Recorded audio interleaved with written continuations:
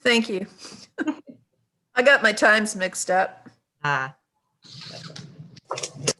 All right, I'm going to go ahead and call the October 1st, 2020 Government Operations meeting to order. Happy October. I'm not sure how we got to October already, but okay, so I think we have a couple, I have a couple changes to the agenda. I know Dan and Kathy wanted to add a conversation about legislators' salaries. So they're looking at each other. So let's put that under legislature. And I'm not exactly sure what there is to say, but we'll have a discussion. I also know that both Mike Sigler and Rich John each had something they wanted to bring up under committee members. So we'll make sure we have time to get to that.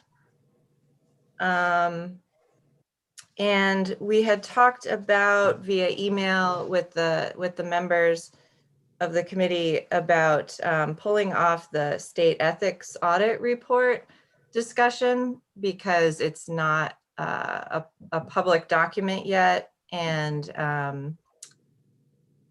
there was a couple people who responded who said, yes, let's go ahead and wait and have the discussion once we get the final report back.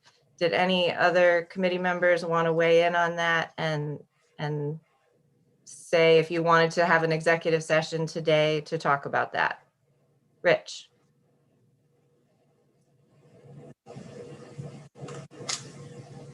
Sorry, I should be better at getting to the mute button by now.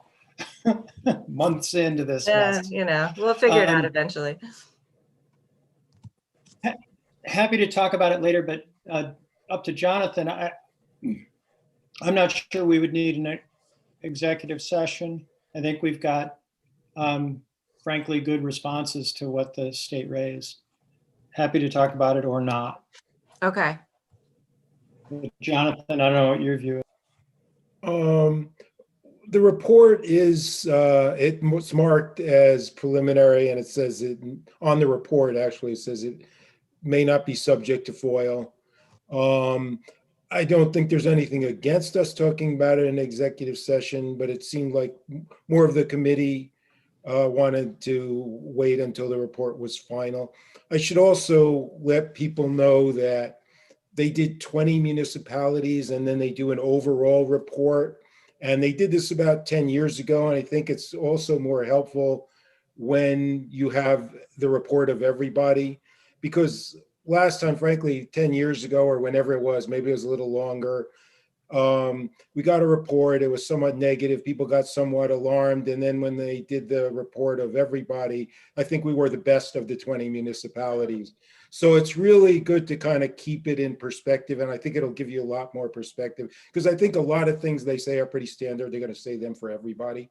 So I think it's even better to wait till the final report comes out, and the report, which they said the end of October, which I think doesn't really mean the end of October, it'd probably be longer than that. But I think it's probably best to talk about it when we have all the information. I mean, that's just my personal view. Yeah, I think that's fine. There was at least 2 people on email who said, let's just wait. So I'm going to go ahead and pull that report off, which will give us more time to deal with all the many other things. Amanda? Yeah. I just want to let you know I need to leave the meeting at 3:25 today. I'm sorry. Maybe I'll slip out right before the salaries discussion. Okay. Yeah, and I do want to move the discussion about the rules to the very end because I feel like that's not an essential thing. So we'll try to get to all the other stuff. We'll get to the rules at some point. Okay, any other changes to the agenda? All right. Any comments from the public? Kathy, did you get any? No, I did not.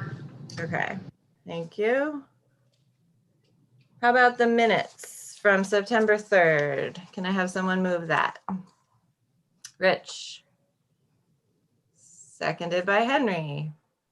Any comments on the minutes? All right, let's have a vote. Rich? Get that mute off. Yes. There you go. Henry? Yes. Mike Sigler? Yes. Dan? Yes. And I'm a yes, so we're good with that. And we have one advisory board appointment to the Public Information Advisory Board, Kate Supron. Anyone have questions or comments about that? I guess we need to vote on that, right? Yes, and moving second. Oh, can I have someone move that? Henry and Rich seconds. And all in favor of appointing Kate Supron to PIAB? Mike Sigler? Yes. Yes. Dan? Yes. Henry? Yes. Rich? Yes. And I'm yes. All right, great. So moving right along, Annette Birdsall is here from the Tompkins County Public Library. She gave us a wonderful presentation last week, or I'm losing track of time, but thank you for being here again, Annette, to give us another update and be available to ask any questions about what's going on at the library. Great, I'm happy to be here. I do have that presentation if anyone had any questions, but I know most of you have seen it, so I wasn't going to pull it up unless you'd like to look at specifics about the budget. I think the important thing is that the library is managing to provide service to the community in the same way that we always have. As far as our mission and vision for service, of course, it looks very different. So curbside and in lobby do seem to be meeting the needs of readership. Virtual programs are wonderful for those who can attend. We have incredible concerns around those who are not able to. This push of the digital divide because of the necessity of moving programming virtual is creating issues that I think are very far-reaching. And I'm personally working on committees to address that. We are moving our story times to radio, although it's been a slow process. We've had some glitches, but it looks like it's going to happen. Our Wi-Fi, one of the first things we did was open that so that it's not password protected, so that people who are around the building can use it. We also did open the internet, printing, fax, census, all of those services. And so people can come in on our in-lobby days to access all of that. And it has been helpful, but I don't think it's anywhere begins to meet the full need. The other services that we're hoping to add include opening for browsing. We hear over and over that our answers with the binge bundles and book bundles that allow people to request materials and have them customized to their needs or their family's reading needs have been wonderful, but it's not the same as being able to come in. The reason we're a little slow to open is keeping an eye on, obviously, the cases, school reopening, higher ed reopening, also our own industry standards for the quarantine processes with for materials that are handled by others coming from homes where people may be ill. So, we're still working out what that will look like. We do have some issues around mask compliance and people understanding what it really means to use the library in a safe way. So we're a little concerned that the people being allowed in to browse but not be allowed to stay and meet may cause problems. So our target date for that was October, but we've pushed it back to the week right after Thanksgiving break. That gives us a chance to see how school reopening goes and how that's at a time when the students are actually leaving. So we'll be able to see what the impact is on our regular library users, not just all the additional people. So I think it'll allow us to phase that service in and understand what it's like to have that many more people in the building. We hope it'll be about 50. People are still able to use the Borg Warner community room for high needs, like the blood drive, census worker training, that type of event, because there is really nowhere else that allows people to meet. We do hold people to 24 in the room at a time, which is much less than capacity, but that's what's required to allow 6 feet of physical distance. And it does seem the blood drive in particular was struggling to find a location that would even allow them to host it. So we're certainly open to that use as long as those requirements are met. And I know we were very pleased that we were able to support the census workers in that way. So yeah, that's what the library looks like right now. So and we did discuss the staffing and budget and all of those things. So I think I'll stop here, and then it might be more beneficial to know what else you want to know, and I'll answer questions. Yeah, great. Thank you. So questions from anyone for Annette?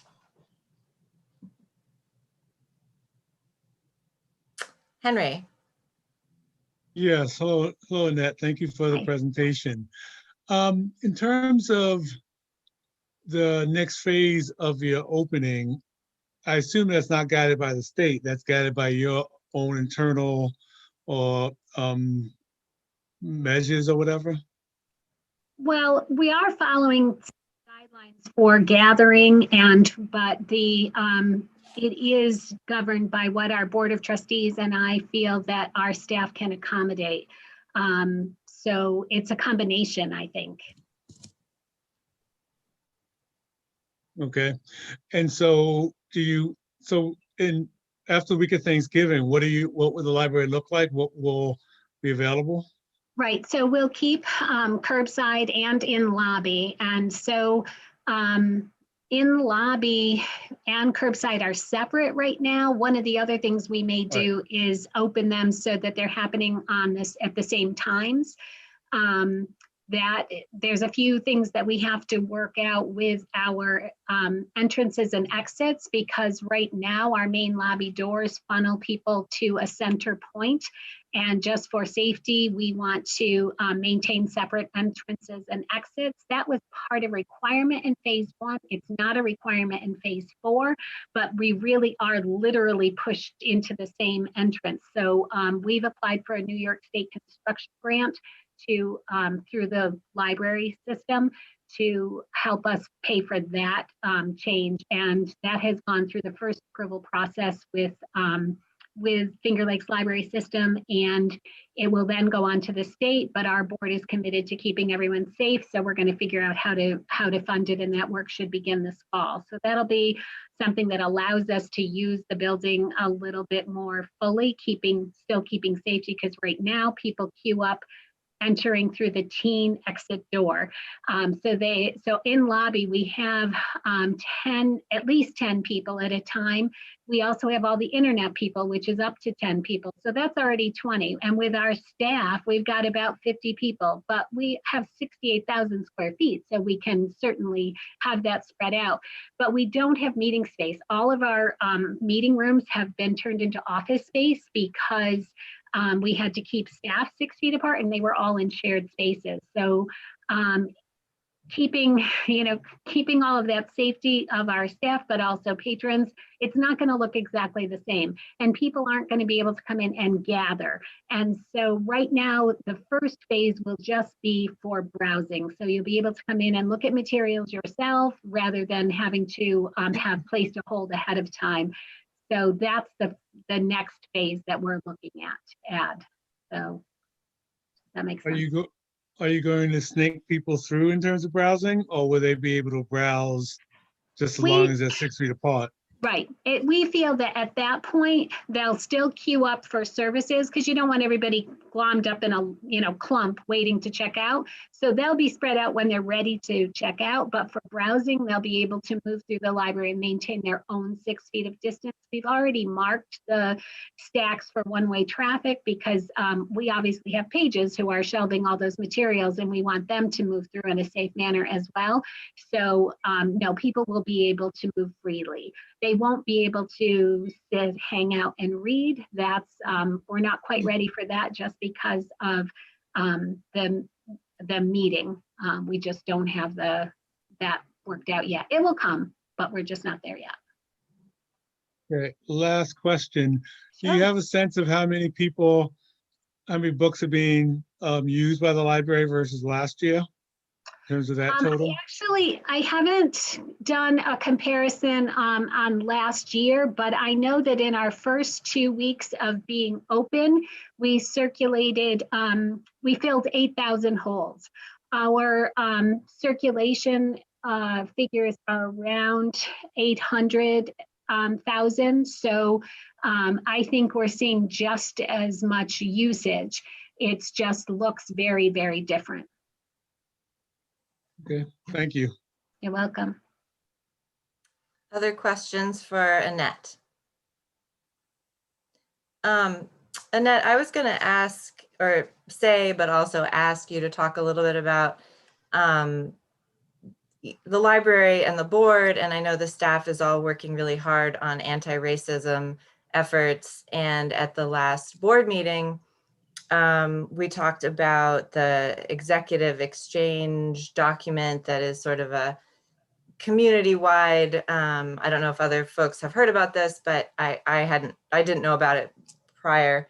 But just a document, a sort of a statement of belief and how we're going to address anti-racism. And I was very impressed by that. And I don't know if you just want to say a word or two so folks know what you're doing in that arena. Right. So you may not have heard about this because it's still in its draft form, but the Executive Exchange, which is a group of nonprofit directors in Tompkins County that meet regularly, felt that they wanted to come together and make a strong commitment, not just a statement, but a commitment to being anti-racist, but also recognizing action steps that would be necessary to make substantial change, not just saying we're anti-racist and then the work is done. That document is not ready to be shared with the public, and it really is the work of this executive exchange group. So we were asked not to share the document itself, but the work I think speaks to the strong sentiment in the county that we need to do more. I think many of us individually have tried to do that, begin that work ourselves. We've had the multicultural center come in and help us look at our policies through a multicultural lens. We've had lots and lots of workshops. We developed our own equity statement, and then we did sign on to this document. And then we do what the library does anyway, and that's support reading lists. We've used our display space to make a statement against racism and to really speak more toward what we can do around DEI efforts and maybe justice and DEI efforts as well. So I think this is a part of it, but the idea behind it is that the entire nonprofit community wanted a voice to speak together. And also, again, not just to say, okay, we started that work, and now we're done. No, it's making a commitment. So hopefully you'll be seeing the document in a form that they're ready to share soon if you haven't already. Yeah, great. Thank you. I just wanted folks to have a little taste of what you're doing in that way. Anything else for Annette today? All right. Well, thank you so much for taking some time to be with us. Thanks. I appreciate it. Bye, everybody. Yeah, we appreciate you. Thank you. Bye-bye. All right. So moving on, we have a resolution from the Board of Elections. Can I get somebody to move that? I see Dan and Mike Sigler. And I think Steve and Elizabeth are both here. So do you want to say anything about this? Go ahead, Steve. Yeah, we applied for this grant on September 8th, and we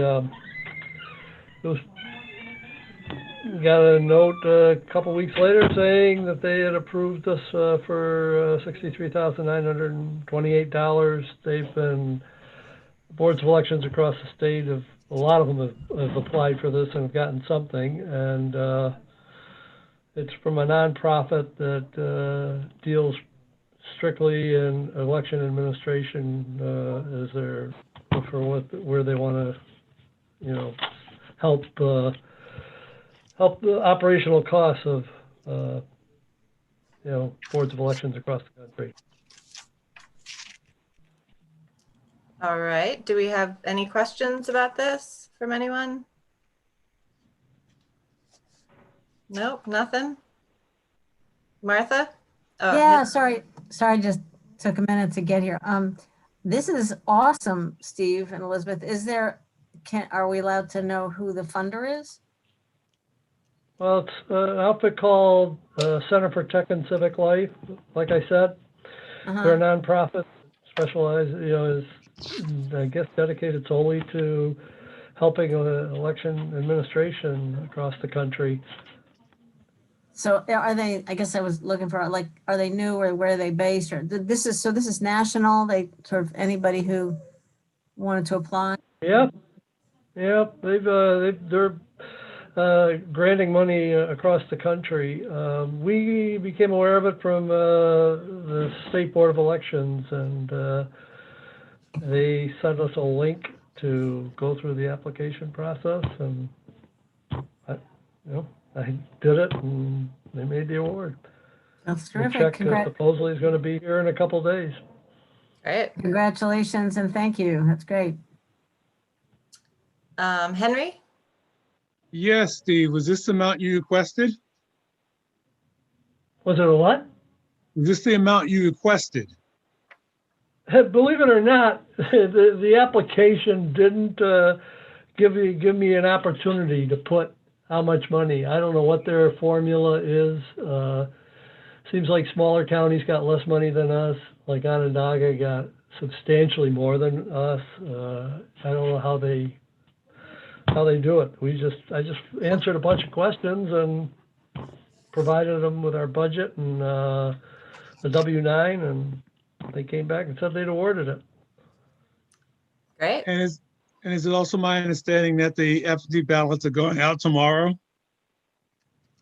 They should be in the mail today for the ones that we have them in our office also for people that want to stop by.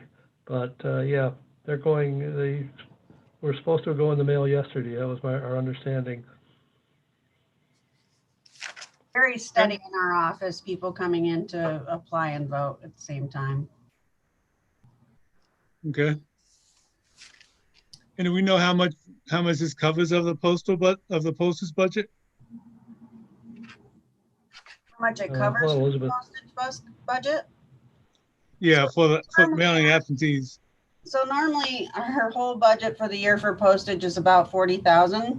So we blew through that in the spring and took whatever grant money we had. And we're taking some of the 63,000 to make up the difference from the spring and also use it for the fall. So we haven't figured it all out, but we've had about 10,000 ballots that we were mailing this week and still have a long ways to go for election. Okay, thank you. Thank you. Shauna? Did you have a question? Hi, thank you, Amanda. I wanted to check and see, I saw something on Facebook that someone claimed that they received some absentee ballots in their mailbox that were noted from New York City. And just wanted to see if you had any reports of voter fraud or if you had heard any of this. This is somebody in Tompkins County? It is, I guess yeah.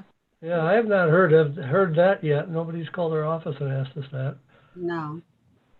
Okay, I mean, I just want to make sure that if there is something that's suspicious, if someone's getting absentee ballots, that you guys are obviously the ones that should be contacted. Isn't that correct? Oh, definitely. Yeah, Okay, absolutely. great. Thank you. All right, thank you, Shauna. Are we ready to vote on this? All right, I think we are. Let's see, Dan, Yes. Henry, Yes. Mike, Yes. Rich, Yes. and I'm a yes. So that's unanimous. Thank you so much to both of you and all your staff for keeping up with everything. Amanda, can I ask a couple of quick questions? Oh, sure. Go ahead, Dan. Has the mail slot been installed in the building yet? Well, it's not going to be a mail slot. The facilities stopped by, and I guess they found a more economical solution, which would be to put essentially a strong box that's bolted to the building outside that would, voters that want to drop off ballots could put their ballot in. I think the plan is during office hours that it would be out there, and then at night it would come in. Okay, so is that accurate to call that a drop box? Yeah, it's a place where they can drop off their ballots. I guess you could call it that. Yeah. Just want to make sure, because that term is getting used. I just want to make sure I'm using it right. And I think I heard you just say it's only open when the office is open. Yeah, that's the plan right now because of security concerns. Okay, thank you. All right, Martha? It's fine. It sounds like a fine idea about the box, but I thought the whole idea was that people should be able to drop it off at any time. And Well, that was the goal, and I guess facilities came by and I guess said that it wasn't really workable, from an economic standpoint. I don't understand that at all. Well, there's not a lot of room on the door or in the building there to put a mail slot, as I understand. No, I'm not talking about, I just said, the box sounds fine, but why would you lock it after hours? People can just walk into the building during office hours. It's virtually not needed then at all. What we're trying to get at is a way for people to leave their ballots when they can't stop by during office hours. We're pretty much open from 7:30 in the morning till about 8 at night nowadays. So it's covering a long period of time. I'm sorry, I hate to belabor this, but we asked for an all hours way for people to leave their, what's the difference with leaving it open? I think you're asking the wrong person. You should ask facilities, Martha. Yeah, well, maybe Steve and Elizabeth, you can discuss a little bit more. Maybe we can get Arel's opinion.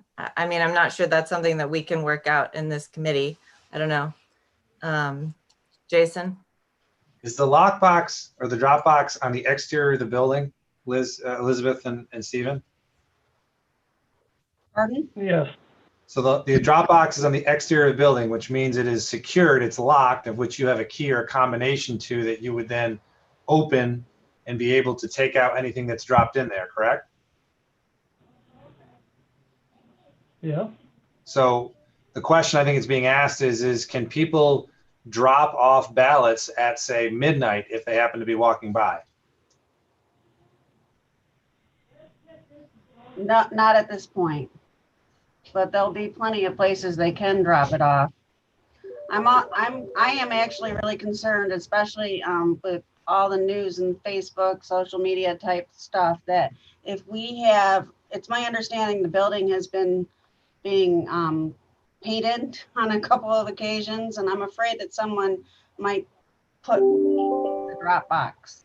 So basically the Dropbox can't be used outside of office hours in concern that someone would take the Dropbox off the building and therefore ballots could be lost. Is that right? Yes, I'm worried that they would be tampered with. Okay, thank you for clarifying. Martha, did you have something new to add? Yeah, this doesn't make any sense. If it's a box that's exterior to the building, but it's a steel box bolted to the ground, somebody can, I mean, I don't understand what locking it. I don't understand the difference it makes if you all are inside the building and the box is outside. I guess I'm, you know, I think that we haven't voted on anything, but I think the legislature would like to see as, you know, wide access as possible to people leaving their ballots. Is there, if somebody, if you're there until 8 o'clock, does that mean somebody can walk into your office and drop off the ballot? Or are you there with the door locked after 4:30 or 5? The door might be locked, but we would still wait on people. Most people are going to want to come in and make sure that their ballot is correct before they put it in the drop box. So even though we have that, they're still coming in and asking us to check their ballots. I mean, that mitigates, that means you don't even need the box. This doesn't really make sense to me. Part of it's Well- because of the public and the news that they're hearing, and just like was brought up earlier, that people are worried that they're being tampered with. And having we can only have about 3 members of the public in our entry or lobby area at any one time. If somebody's trying to drop off a ballot, I mean, that's one of the reasons for having it outside, is that they can drop it off without having to wait to enter the building.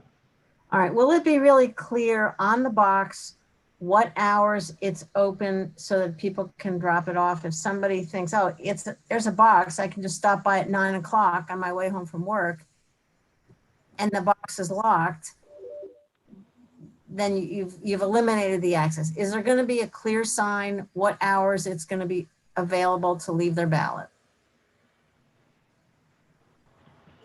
Yeah, we can do that. So people know what to expect and it's reliable, and we only require them to make one trip. Yeah, we'll try to publicize that when we actually get it. We haven't gotten it yet, but. And put a sign on the box. Like, Yeah. you know, every mailbox says it's going to be picked up at 3 o'clock and 11 o'clock, right? Just so people know when it's unlocked and when it's locked. All right, Steve and Elizabeth will work on that. Rich and Henry, do you have comments on this? Yeah, I was just going to say, I understand why you don't want to leave it open after hours. In this polarized place we're at right now, I think it does make sense to supervise the box. Unfortunately, it would be great if we could leave it open for somebody to vote anytime, but I see some ballots getting ruined somehow by bad actors. Yes, unfortunately. All right, thank you, Henry. I have 2 questions. One, Elizabeth, you said there'd be lots of spots to drop off the ballots at other places. Except for early voting, when else would they drop them off? Well, that's what I meant. There'll be 9 days of early voting as well as here. And then they can also drop them off at any polling place on election day, and they do not have to wait in line. And we just worked on signage today about that. Okay. And the other question is, what did Arel exactly say about the mail slot? It had something to do with the window, right, Steve? It wasn't going to work with the window. And plus, then if you had the drop box there, so many people are coming into our office that the box would be in the way of the public. Our office is pretty small, especially with the amount of people we have here and trying to socially distance. Okay, because I thought it was just gonna be a mail slot where you could dump the mail in and not get it out, but not a box physically. That's what we would have loved, but it wasn't working out. Okay, thank you.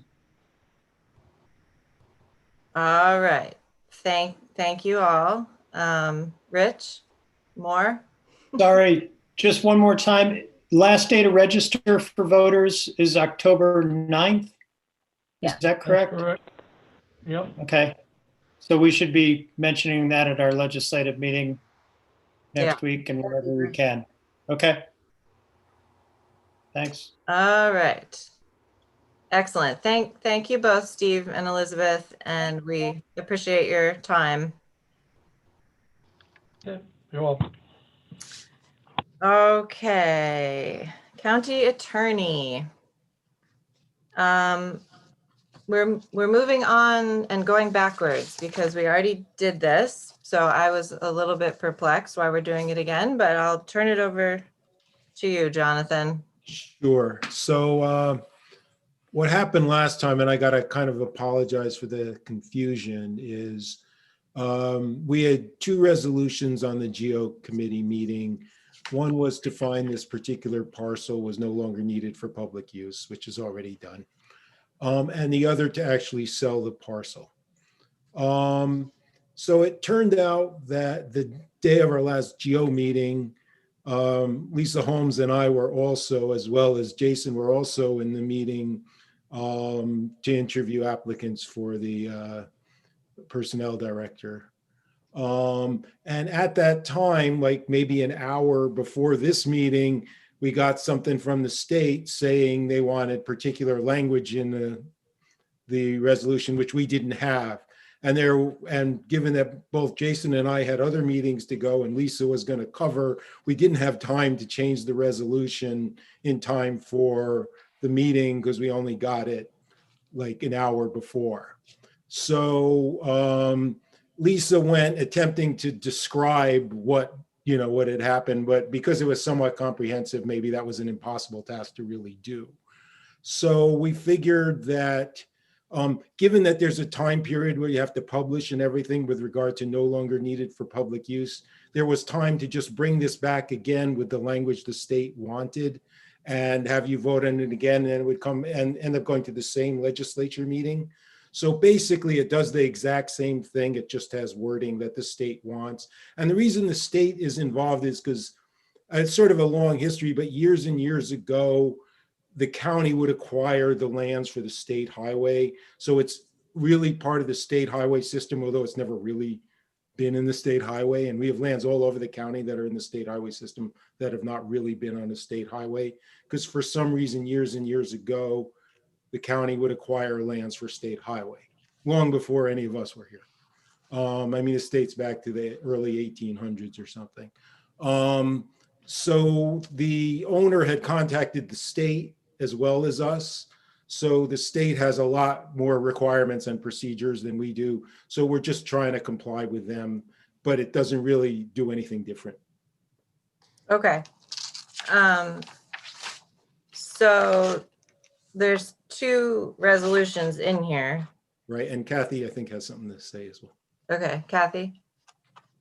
So procedurally, we have a resolution that the Government Operations Committee approved at the last meeting.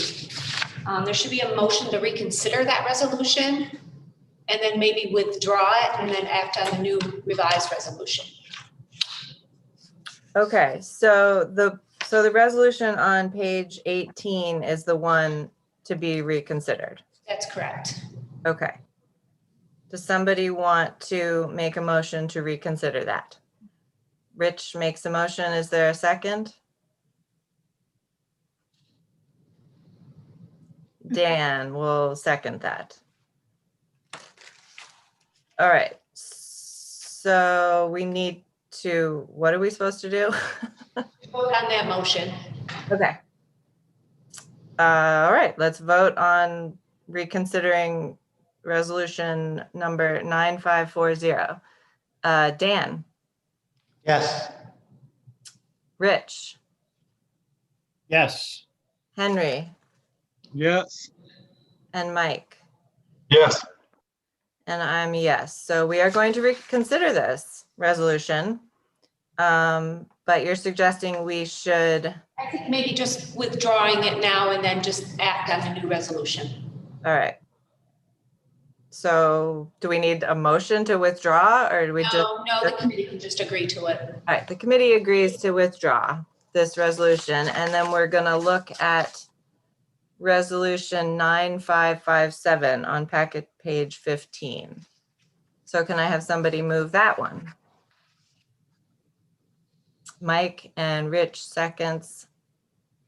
And what questions do folks have, or is there more to say, Jonathan? No, there's really not more to say other than,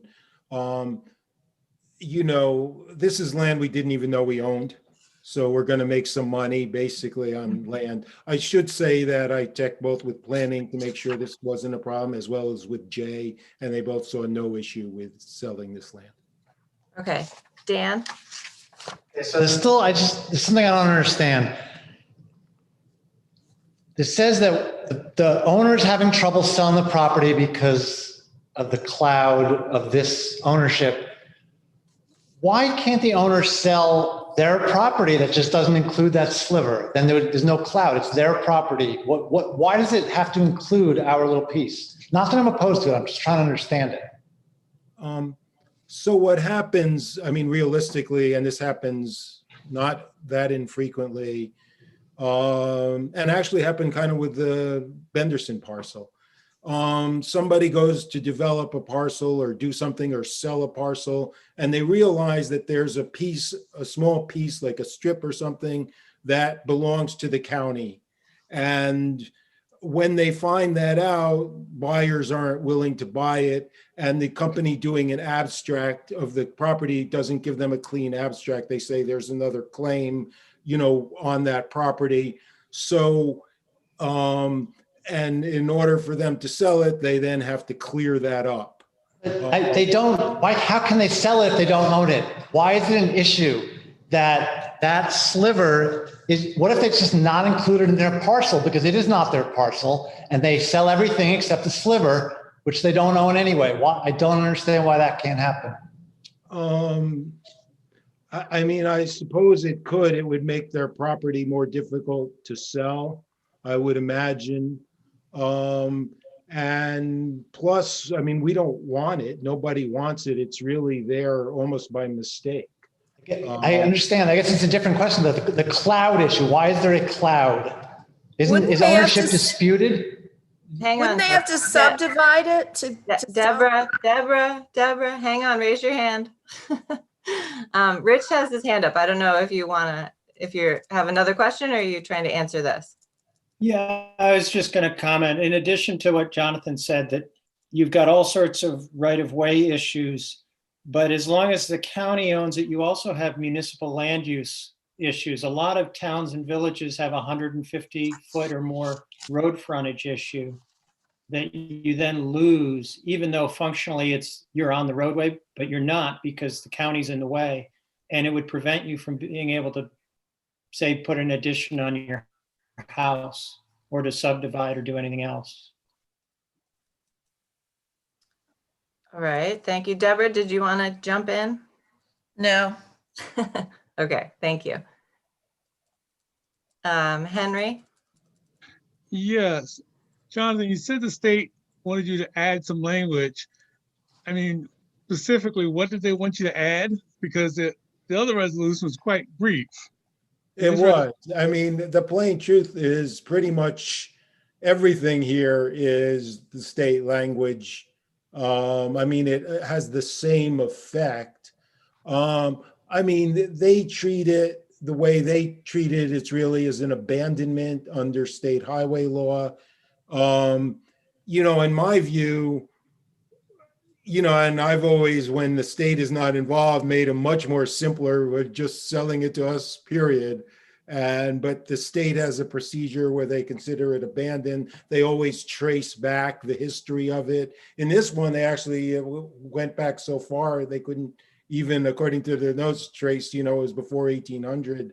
They couldn't even trace it all the way back, but they trace the history. They cite the part of the law which allows them to abandon. They treat it as an abandonment, all of which in my mind is, frankly, a bit of overkill, but that's their process. That's what they do. My view is we just sell it to the people, and that would seem to take care of everything, but that's not how the state does it. The state has a much more complex process. Yeah. Dan, do you have further questions, or do you feel like your question was answered, or? Honestly, I do not feel like my question was answered. I see the word cloud in here. I don't understand where there is a cloud here. Maybe it doesn't matter, but I believe in, land transactions, that kind of stuff does matter. So I would kind of want a better answer, but if there's no answer, I'm okay. I'll vote yes. Yeah. I could try a little better. There is a parcel that they have listed that is in the clerk's office as well as registered with Jay's office, and it has a description, et cetera. And within that part, with what they're trying to sell, and within that part, there is a part that is actually not owned by them in the county, and that creates a cloud when they go to get an abstract. Basically, they're not going to go a clean abstract. Like Deborah said, yeah, maybe they could subdivide, et cetera, and do a bunch of work and then and sell, excluding that little part, and get a clean title. But as it is now, it would be a cloud on the title. Mike? Dan, I totally get what you're saying. So just so you know, it's not like you're saying something that's out of, it's a separate parcel. We're acting like it's the same parcel. I understand what Dan is saying. So thank you, Mike. Good to have company. Henry? Yes. Where do we come up with the figure of $4,800 in consideration for this price of property? We had them do an appraisal, and Jay looked at the appraisal and approved it. Okay. Thanks. All right. Lots of discussion. Any more comments, questions? All right, let's go ahead and vote, and we can discuss it for hours again at the full legislature meeting. Let's see, Dan. Yes. Rich. Yes. Henry.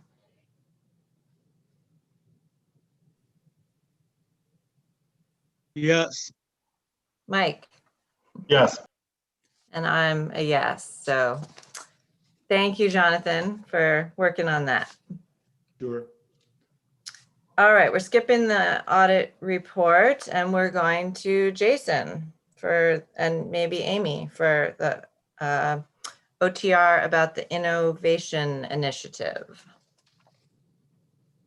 Thank you, Amanda. Do you want to do the resolution first? So that's probably easier to get through. Or we presentation or no? Sure, we can. It depends on if people have lots of policy questions. Why don't you just go ahead and okay. All right. Go for it. All right. I'll start. Amy's going to set up a presentation. We sent out a presentation earlier to the legislature regarding the innovation initiative. This initiative started really with some conversations internally with some department heads. Myself, Amy, Lisa, Frank, Jay Franklin was part of it. Frank Krupa was part of it. Greg and Lauren, and it was really about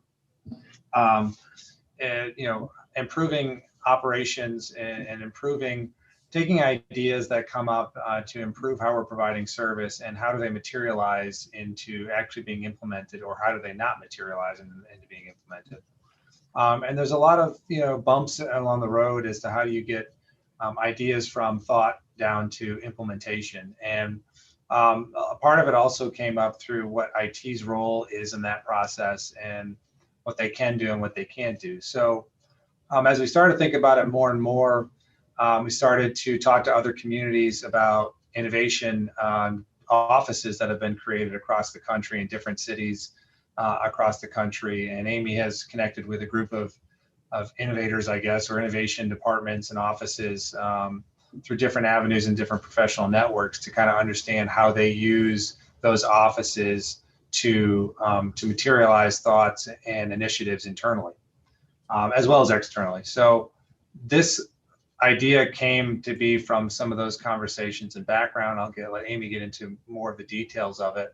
And it really started to make more sense as we start looking forward in that the next 2 years are probably going to be critical.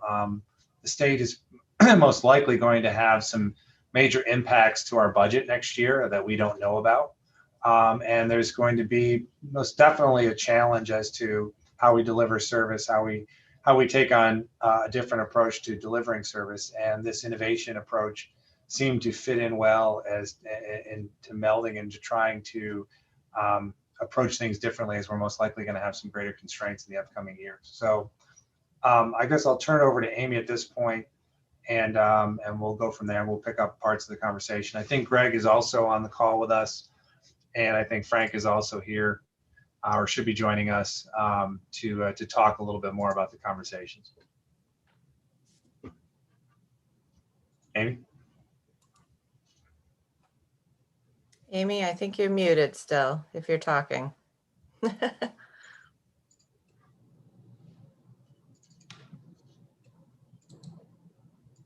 You are still muted.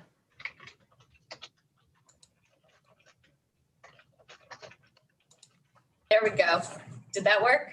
That worked. All right. Thanks, Kathy, for the help there. So as Jason mentioned, the innovation project is something that we've come to discuss with our department heads and others. And so I'm going to go to this next slide to talk about really some of the reasoning why we were thinking it was time to innovate. Often Tompkins County, we like to think of ourselves as pioneers and how we can kind of take things to the next level. As Jason mentioned, we are facing some challenges at this point between the pandemic and the economic impact of all of that, as well as other things. So as we started to talk with some of our department heads in a full department head meeting, talking about balancing all the different things that they're experiencing, we pulled together a smaller team to talk about how we could address these challenges. And so Greg and Frank and Jay, as well as Lisa and some others, kind of came together to talk about what were the challenges they were facing and are there ways to work together on it. It seemed that some of the challenges were things like balancing technology needs, department staffing needs, managing workflow processes, going remote, a lot of changes in how business is being conducted. And so as we started to discuss it more and more, it seemed like innovation and looking at finding a way to embed some of these processes and changes in the departments was a way to move this forward. So what are some of the benefits as we start to look at this innovation idea? One of the things is that we are different than other communities. I think all communities can look at that.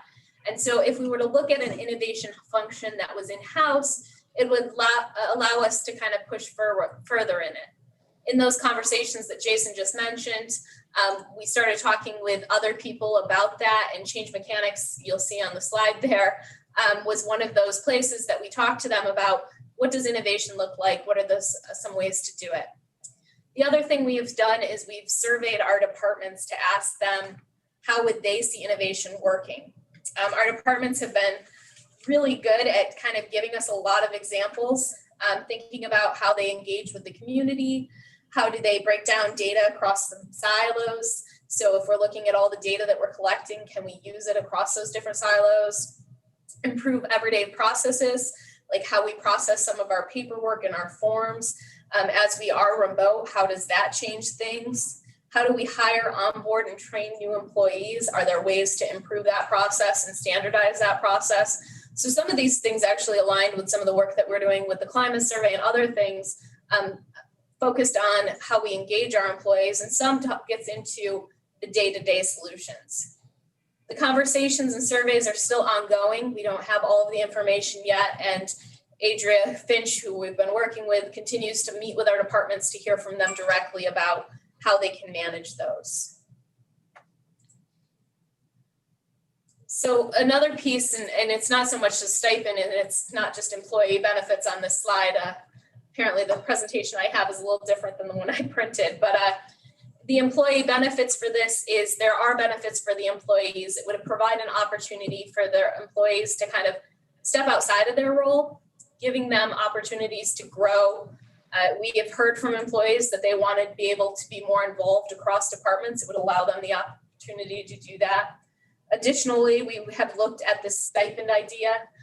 That's something to, give them a little more incentive.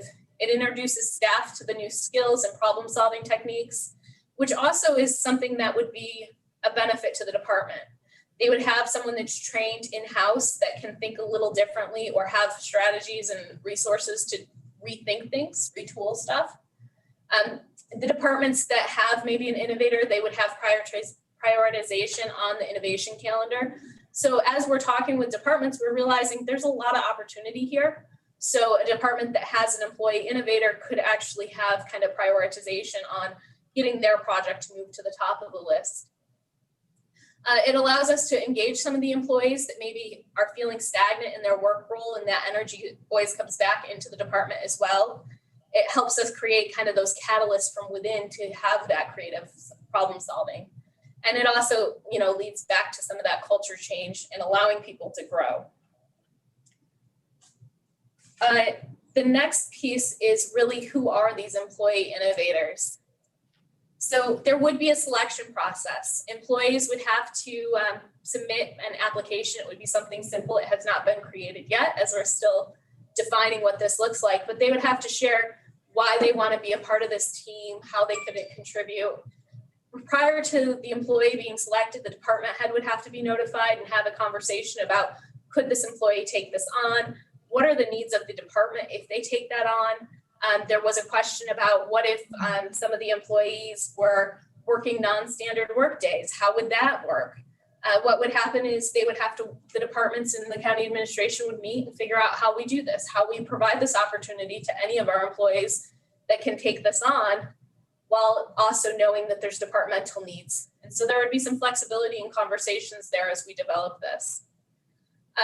As I mentioned, all employees would have to participate in the program. They'd have to apply.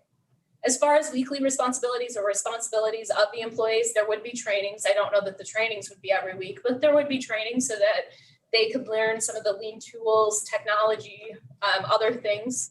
They would also have regular check-ins with the innovation team and team meetings. They would meet with the departments and start to really make some of these plans. There was a question about why an internal innovation team versus an external innovation or external consultants. So in the past, we've used smart work programs. We've worked with TC3. We've hired additional support as needed. There's a lot of good things to say about our external consultants. They provide kind of an outside eye. They have different skills or resources that maybe we don't have in-house. But there are also some limitations. Often they're a contracted resource. So we have them for a set time frame, number of hours. They're identified to go through the completion timeline, and they don't always execute or evaluate. And so we've seen some challenges with that. And in a minute, I'll probably turn to Greg and Frank to talk about a little bit about why we went this innovation versus just using external consultants as a proposal. The other piece of the external consultants is they often are contracted by an individual department.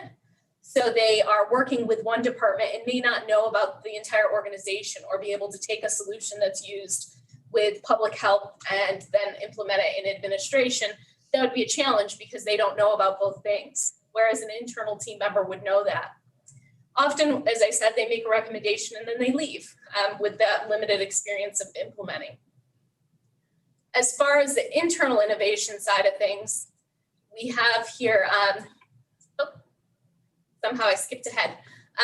It allows us to really grow our own internal resources. So we're investing in our employees to take on new trainings and to take us kind of to a next level. It provides a peer group within the organization.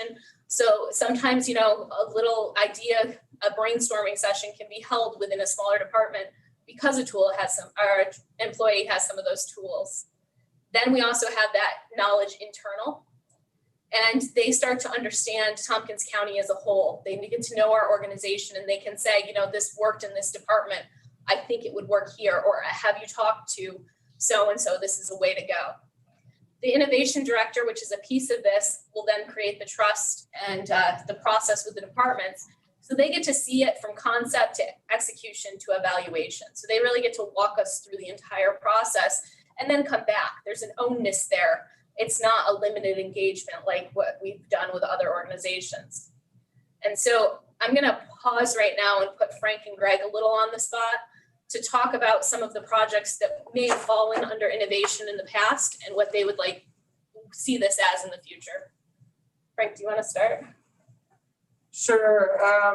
Yeah, it was interesting when Jason and Amy brought this forward, because certainly I've had the opportunity during my time here to do some interesting activities and to try to advance some innovation within both the public health and mental health departments. And, you know, there's a couple of things that we bump up against. One is kind of the expertise to, you know, start and then navigate through the process. Obviously, as the department head, I play a role and have a responsibility in doing that. But it often takes a dedicated time and some very specific skill sets to navigate those kind of things. And so I think having an internal resource that we can call on to help us with those types of projects and activities would be important. And I think the other thing I wanted to offer is that oftentimes, excuse me, when we're talking about innovation, and it has actually been the case with my departments, ITS is a big component of it. But I would caution against considering innovation to be an ITS activity. They're a component of it. And sometimes when we do focus too heavily on ITS, we lose track of what the actual goal of the innovation is, right? So instead of putting an ITS solution on top of a problem, what we should be looking at is what is the solution to the problem and how can ITS support getting us there? I think oftentimes Greg and his team gets put in the role of, oh, we as a department have this idea and it's going to need an ITS solution. And then it becomes Greg and his team trying to navigate that when really they're a piece of the puzzle and shouldn't necessarily be the primary lead on trying to move the project forward. So, you know, again, having somebody that can help guide that process for us. And then I guess the third thing is bridging between departments. Because oftentimes when you have an innovative idea or solution you're trying to achieve, it isn't completely contained within one department. Maybe there's an ITS component. Maybe there's a finance office component. Maybe there's an HR component. Maybe there's a component with another, you know, department, like for us with DSS or something like that. And having a bridge that's able to kind of continue to bring all of the people to the table and marshal the project forward really would help us take larger steps towards innovation than I think we're able to do right now, trying to do it on our own as a department. Thanks, Frank. Greg, do you want to chime in a little? Yeah, I think I would echo exactly what Frank just said. I support it completely. I'm going to elaborate a little bit more on 2 points. One is that when we're involved with projects that are enterprise level or interdepartmental, it becomes really complicated to talk about innovation when somebody in the room doesn't have the authority to make decisions and to support those changes as they move forward. So as an IT person, I can understand how to move a project forward based on innovation, but I don't have the authority necessarily to force a department to do one thing or another, as well as departments in the county case where there's a lot of mandates from the state side. So don't forget the state being discussed in every innovative project we have, because they're really a big player in what we do. The second thing I've noticed is that one is that we've done already a lot of very innovative, great things in Tompkins County, but the difficulty now exists in supporting or maintaining those in the future. So it's really, much easier for us to work and to design a project and to be innovative or visionary at the start. And even to go through the implementation is fairly easy, but not easy, but it's difficult. I think the more complicated part of this discussion is how do you set this up as a project from the start to know that there's a role to support and maintain it for the long run, besides, ITS doing the work for a department or departments as after implementation. So for me, that is really critical in the concept, and to think about the structure of an innovation director or a team. That is really critical for us to help us guide projects like this and have those discussions and not entirely rely on me or Lauren to manage the projects as they move forward, because we're IT people. So innovation does not equal ITS, I guess, is the message. Thanks, Greg. Yep. And so, as you can tell, Greg and Frank were involved in a lot of this and brought others on board. I'll just finish up our final couple of slides. So this is how we're breaking it down. So we're looking at a director of innovation, and this includes salary and fringe benefits for a 2-year position. This is not for both years. This is an individual year, but this is an annual. So what we would look at is bringing on a person, going through the full recruitment process and looking for someone to help lead this. The second piece is a staffing stipend. This is something that's really different. And we wanted to look at is we are asking employees to dedicate a fair amount of time in doing additional work outside of their realm while still completing their work in their realm. So what does that mean? That means we wanted to look at a way to provide a little something for them. This is something that we've never done before, so it's just something to think about. And then in addition to that, we have setup costs, having a computer, supplies, trainings, and office furnishings. Trainings is an important part of this budget because we're going to be giving these trainings to not just our innovation director, but we'd also be working with these employee innovators. In 2021, this is, and I'll call on Jason if there's any questions about this, we would use rollover funding. And so this is where our rollover comes for. It's from 2019 and previous years within our county administration funding. It's things that we've saved in different ways, and we would be using this for 2 years to see where that performance is. Jason, did you want to add anything here? Other than, under normal years, we usually are looking at rollover use in current year and for future years. Obviously this year we don't have rollover use in the current year.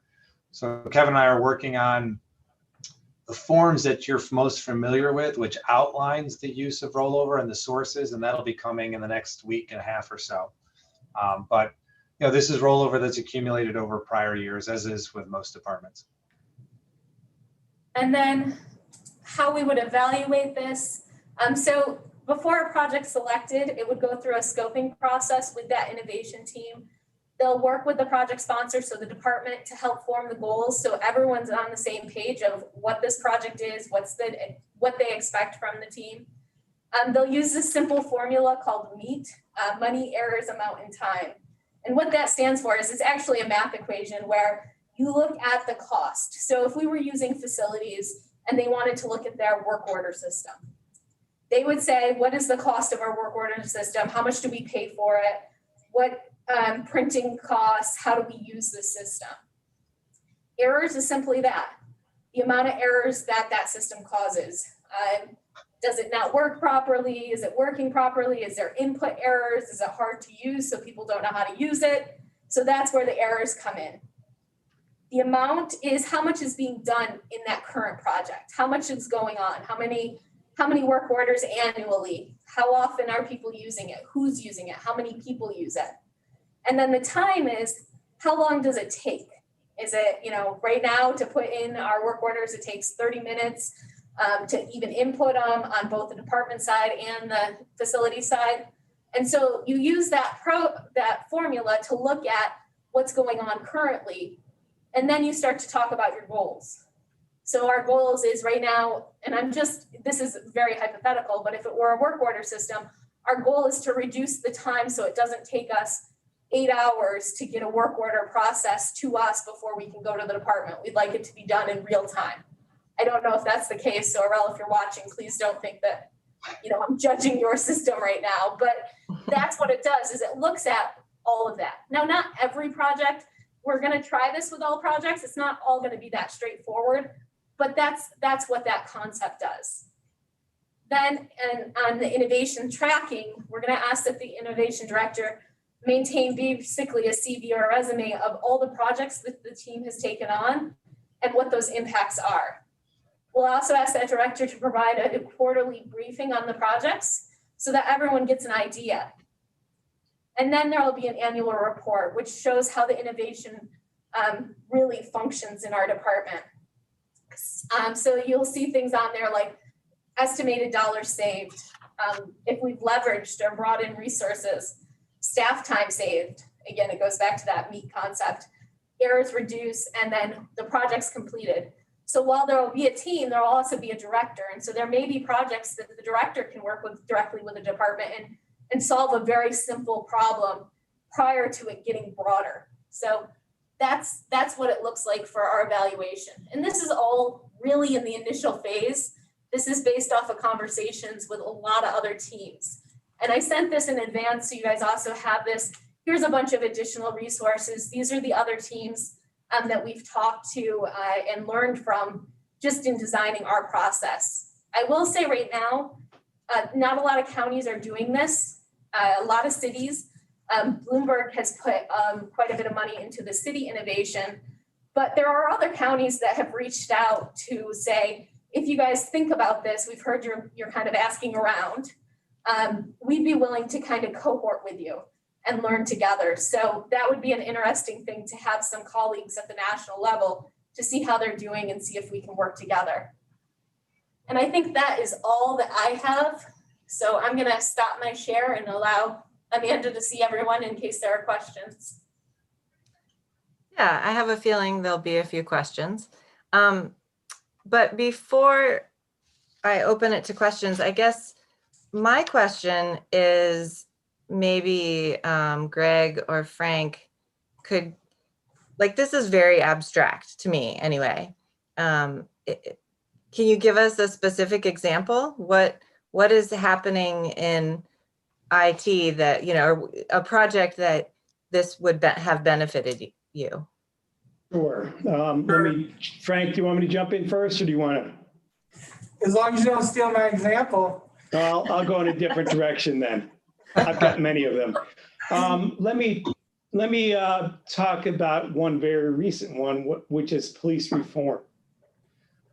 So when we started shared services for police records management in the CAD system over 10 years ago, we did this in concept of collecting and managing the data that goes into each agency's requirements in a way that was normalized across the county so the information could be publicly presentable or done better analysis when questions came up.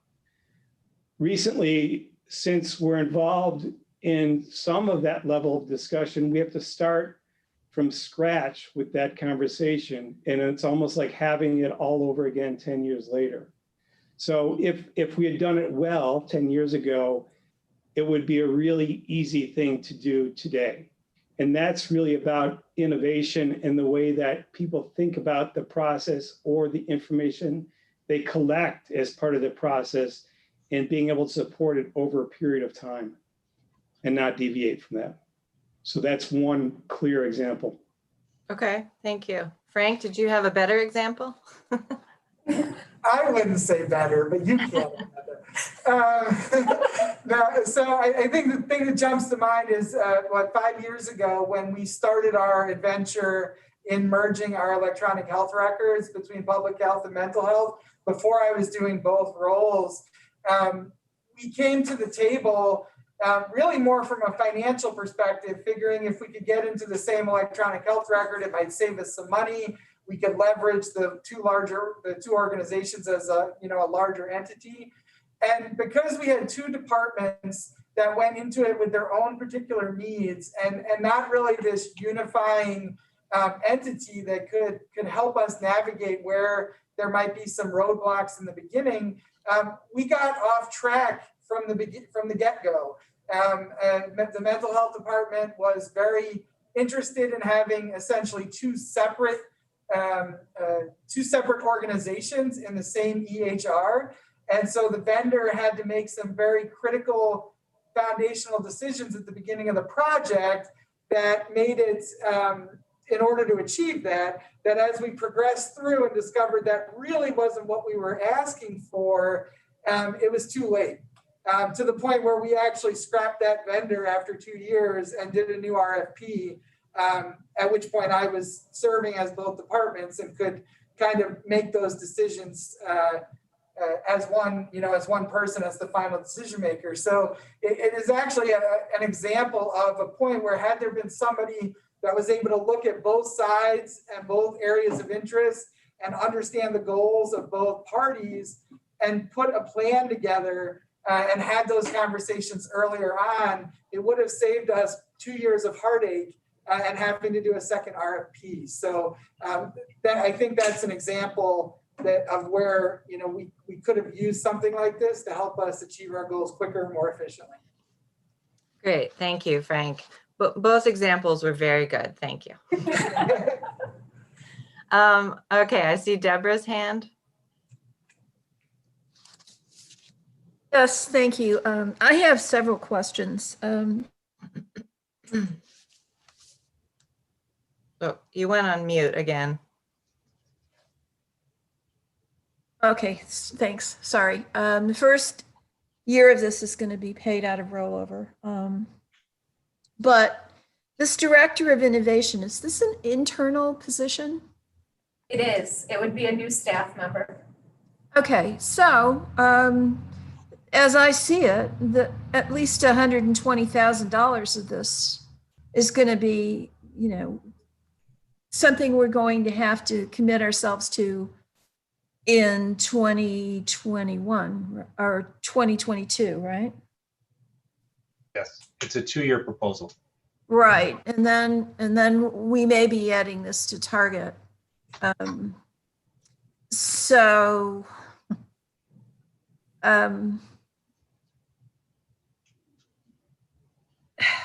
Yeah, I'm just having a lot of difficulty with this for the long term, especially since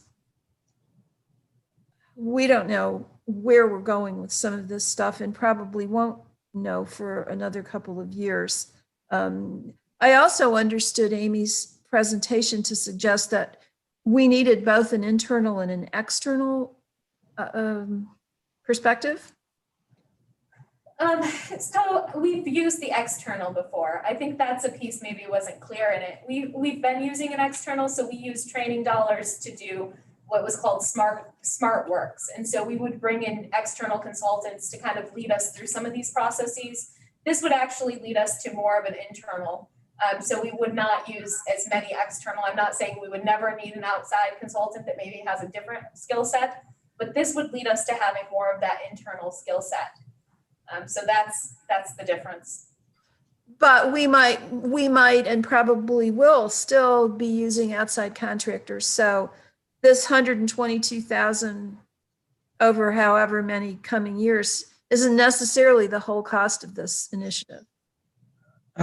Well, I would add several things. One is we took the 25,000 or so out of the budget that was allocated for smart work. So that has been removed from the budget this year moving forward. So generally there was about that amount of money, and those were more, I would say, lean process type evaluation initiatives that you would use the smart work for.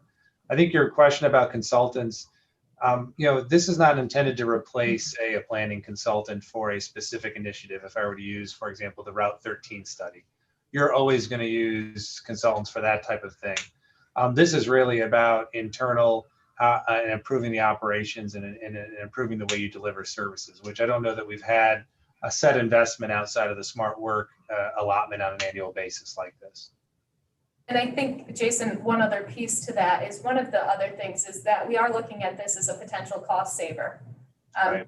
And that's the whole kind of, although the acronym is me, looking at where are there cost savings by doing these, reviewing these different processes, because there are things that probably could be done differently that would actually end up in saving the costs. And that's why we're looking at this as really a 2-year strategy. Is potentially you could look at how that reduces the overall cost for this innovation program, where it's really providing a return on our investment. Okay, and then I guess my final question is, I have, in the course of 30 years with the federal government, participated in a lot of these extra initiatives as an employee, and they were presented to me as a growth and personal development opportunity, and I was not paid extra. Why do we think that we're providing a growth opportunity to these 5 employees that we also have to pay them more for participating? I think it's a different approach that we think is a little bit more than just volunteering. I think it's also, from the department's perspective, one of the things Greg and Frank talked about is ensuring that when you talk about changing a process or transitioning into a new approach to things, is that you have an internal champion to take on that responsibility in the department. So I think these innovators, departmental wise, would also take on that responsibility as a transition into an implementation. It's a different approach than we've ever used before. So it's an idea that we're floating to see if it has traction or if it has interest. Your point is well taken, Deborah, about volunteering, to doing other things. We think this is a little bit more than volunteering. It's a lot more engaging than that. And I think there'll be more work than that. And the expectation is that it'll have more work to it. That's why there's a different approach to it. Okay, thank you. All right, Henry. Yes. Do you see the innovative director to be a full-time position? Yes. Why? Based on our conversations, I think just about every department has at least one, if not multiple, projects that they'd like to take. And these are going to take research, they're going to take training of the teams, they're going to take working with the departments. So we're definitely talking a full-time position. And just from my perspective, Henry, if given the opportunity, I could fill a full-time person's time doing this work for me. So, and I know I'm not going to get that, but I think the opportunity is there to make use of a full-time person. And how long do you expect projects to last? If someone comes up with an idea, do you expect it to last all 2 years? Do you expect it to last 6 months? How long do you expect these projects to go? I think it depends on what the project is and how significant the level of impact. If we're talking transferring like Frank's management system, records management system, that could have taken probably anywhere from 1 year to 2 years to really go through the entire process. Something smaller may take a little less time. So it's gonna vary quite a bit. And Greg, I don't know if you had something to add in on that. Yeah, I would argue that they don't go away. They're forever evolving and changing and improving. Every time we get involved in a project that can be classified as innovative like this, you go through a process of designing it and working with the implementation and getting people adjusted to it, but there's always corrections to make after the fact and adjustments to make based on what's currently happening with the software vendor in our case, or with the service, because it changes all the time. All right, anything else, Henry? Yeah, I also assume that you'd want people from different departments. Yeah, Yes. I think so. I think the team would be multifunctional, and I think we've already had some departments express interest of wanting their employees to participate because one, it gives them that bump up. As Frank said, he would like a full-time innovation person in his department. So it gives them some of that. Okay, thanks. All right, I've got Mike and then Martha. Hi, I have two questions. My first one, I guess, is I kind of assume this is what county administration does. I mean, from Jason to the deputy county administrators, I kind of assumed that all this was actually already being done. So my question stems from that, like, how is this position different than just adding another deputy county administrator? I guess I'm not seeing the difference there. Well, I think there is at certain times we can do this work. There's also other responsibilities that deputy county administrators have on a regular basis, whether it's, the way we have this set up right now is we have it where deputy county administrators are working and overseeing certain departments and working with certain committees. So there's definitely task functions and responsibilities, obviously, when we have both deputy county administrators back in the office. But they definitely have set responsibilities and oversight over different programs and initiatives. And there is some regular, and innovative approaches with certain things. I think this is really geared towards a much more focused effort, particularly because I think we're going to be forced to have a much more greater focus on the way we're doing things and changing the way we do things moving forward, at least for the next few years. So to your point exactly, Mike, is there is some of this work that's getting done, but there's also general responsibilities in managing the day-to-day operations that take away from that. Okay. Yeah, I mean, listen, it's a 2-year program and you're paying for it yourselves. So I don't have a huge issue with it. I really don't, I guess at this point, see the difference. But my other question goes to Deborah's point. Changing someone's job. I mean, are we saying that these folks that are going to get paid this extra $4,000 are going to do $4,000 worth of extra work, or are we just changing their jobs and tweaking it a little bit? I mean, are we saying they're going to be working an extra hour a week or 2 hours a week focused on this issue, or is that just going to become not even an added duty? They're going to lose other duties over here that they're not going to be doing during that time to work on this new thing. That's where I'm not understanding, I guess, the bump in pay. Sure. I think we envision this as them committing probably a day a week to these initiatives. Is that right, Amy? Yeah, that's what it is. It's a day a week in addition to their other responsibilities. So it's, it's still managing their workload without pushing those things off, plus doing more.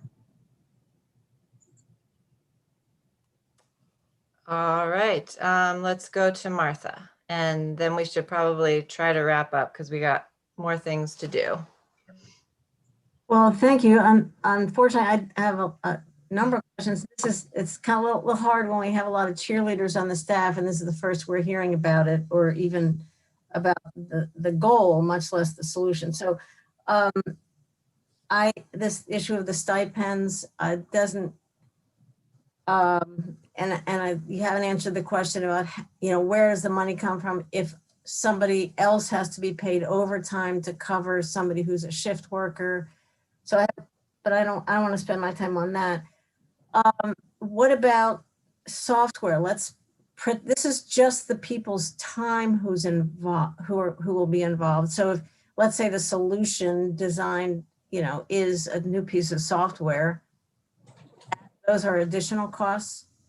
Right, they would be departmental costs. So we would work with departments to define it, because the departments typically, and Greg could talk more to this, they have some ideas on software design. And if there were something that were to come up, we would work with the departments on it. Greg, do you want to talk about how that works now?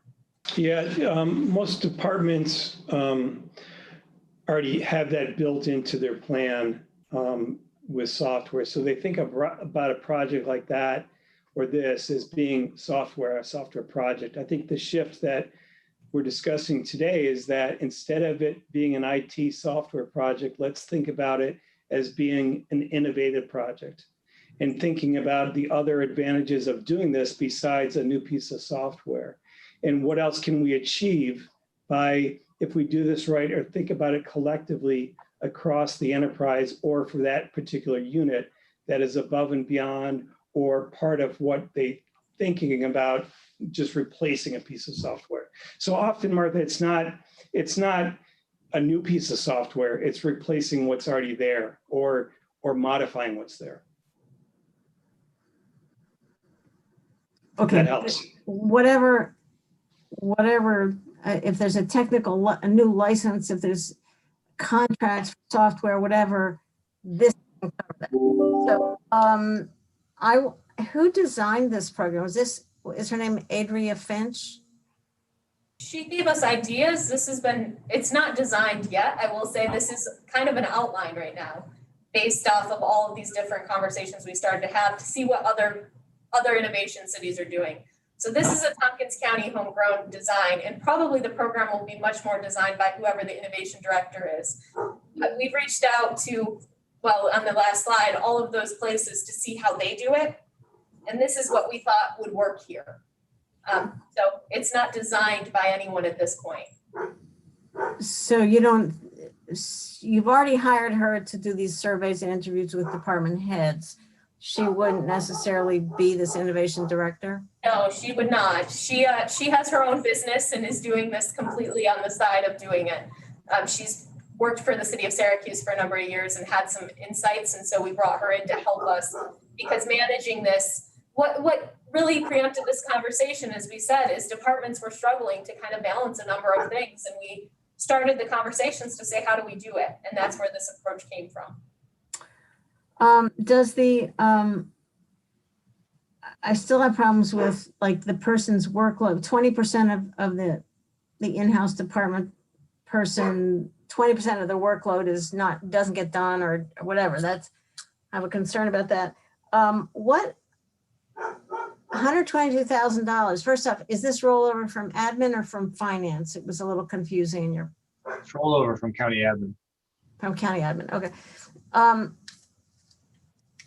And all due respect, Mike, it's not admin's money, but my questions are, I understand the idea of training staff so that people internally have a mindset, have the capacity to make, to really be creative and all that. That could train a lot. If you didn't have like 5 internal people designated, and what if in 2 years, 3 of them have gone to a different job, et cetera, I would wonder about training any staff person who wants to more broadly sort of develop that capacity among, lots of staff instead of focusing on 5 people. And then you've really kind of created more capacity within the whole organization. I guess I would, rather than like pick 5 people and they're the elite, you got to listen to these people. Have you thought about that? I think we're actually thinking about kind of a mix of what you're saying, Martha, is not so much that they're the elite people, but it's almost like a training of the trainers, and they become the trainers and they start passing that knowledge throughout the organization. So they would have a lot of the tools and resources in-house, they would get trained, but then they would be able to provide that to other members of their staff. And so it does start to filter through the organization. So I think there are some good ideas there. The reason why we looked at 5 is because we're going to need a team to help think of these solutions. A lot of this stuff is happening. Greg and Frank can talk to that, but it's happening on the side and it's not part of anyone's job. And when something's not a part of someone's experience, it gets lost. So if it's not my focus full time, it's lost. And that's why we wanted to kind of bring on an innovation director in these teams so that you have someone driving this work and can, call Greg and say, hey, Greg, where are we on this solution? And he can say, oh, I've been doing the other 20 things I need to do and it's fallen off my radar, but I'll get back to you on Tuesday. And so it's a driver of that with this team. And so that's the approach, is it would filter throughout the organization. All right. And just last, I as Jason, you said that we expect or should expect a lot of reorganization from the state to tell us how we're going to have to change things. And you and I talked about that the other day with budget cuts and, is the state going to be making some, really big changes? So since so much of what we do, they tell us what we have to do, I worry that this could be a great idea that's 2 years too early. I would hate to to take what we do now and say that this is the substrate and we're going to innovate on this, and then the state comes in and says, never mind, you know, something else has to happen. Look, even just the software that DSS has to use is not our choice. Their major software is the state's decision. So I don't know how you work around that. Actually, I kind of disagree with you, Martha. I don't think the state's going to give us any direction on how to do things. I think they're just going to tell us, I think they're just going to cut the funding and say, figure it out. I mean, DSS has software they have to use. The process of which you approach that and the way you internally input it has some regulatory approaches to it. I think when it comes to the unknown with the state, I agree. I think the state's going to bring sweeping changes in aid. I also think the state is going to take a very similar approach as it has with a lot of things lately, which is we're going to cut you here and you've got to figure out how to still do it. You still got to figure out how you're going to do the end result. We're not going to tell you how to do it. We want this done. How you do that is really up to you. I think that's probably more of what we're going to see in the next several months, next 6 months with the next state budget. That's just my opinion on it. And I mean, I think the innovation approach has had a need pre-COVID. It's definitely, I think, going to have a need post-COVID, which is why we're bringing the idea forward and why we've, you know, had some conversations internally. I mean, this is some of the feedback we've received. So while I do agree with you, I think the state's going to give us a hard time meaning less money and more mandate. I don't know that they're going to tell us exactly how to do it. That's just my opinion and our experience to date with the state. All right, will we be able to see these survey questions that department heads, you know, were asked and what their answers were? We haven't seen those yet. We haven't either. So when we get the summary, we'll be able to provide it. All right, thank you. All right, thank you. Other last questions about this from anybody? All right, well, thank you, Jason and Amy and Frank and Greg for working on this and bringing it to us and talking about it. And I think Dan had to leave us, so goodbye, Dan. All right, so that means we're up to Lisa and some policies. So let's see, we have resolution to update the administrative policy manual, policy 02-37, use of vehicles for county business, and policy 0316, unpaid leave of absence. Can I get somebody to move that? Rich moves that. Second, somebody? Henry seconds that. All right, Lisa. Okay, I can just give you a short synopsis. I'll start with the use of vehicles for county business, formerly called motor vehicle operator qualification. It was 16 years since this policy was last updated, so it's long overdue. We've updated the definitions sections. You'd be glad to know it clearly identifies that employees cannot smoke hookah tobacco in county vehicles. Yep. It clearly spells out the procedures and responsibilities of employees, department heads, as well as HR. And it's been reviewed by department heads and deputies. So I think that it's, you know, it's pretty close and accurate to what we need and reflects what we're doing and tightens it up a bit and clearly delineates it. So any questions on this one? Questions? Henry, is your hand up? I can't. Yep. Okay. Yep, my hand is up. Yeah, Lisa, there's talking about the use of tobacco in section policy 2F. It says the consumption of tobacco or whatever, but it says also while operating a private owned vehicle on county business strictly prohibited. Or while operating a privately owned vehicle. So if I'm driving, on what? Yeah, operating a privately owned vehicle on county business. Yeah. If I'm on county business, but I'm driving my own car, I can't smoke in it? You bring up a good point. I would have to go back and look at our tobacco-free policy, but yeah, you bring up a good point.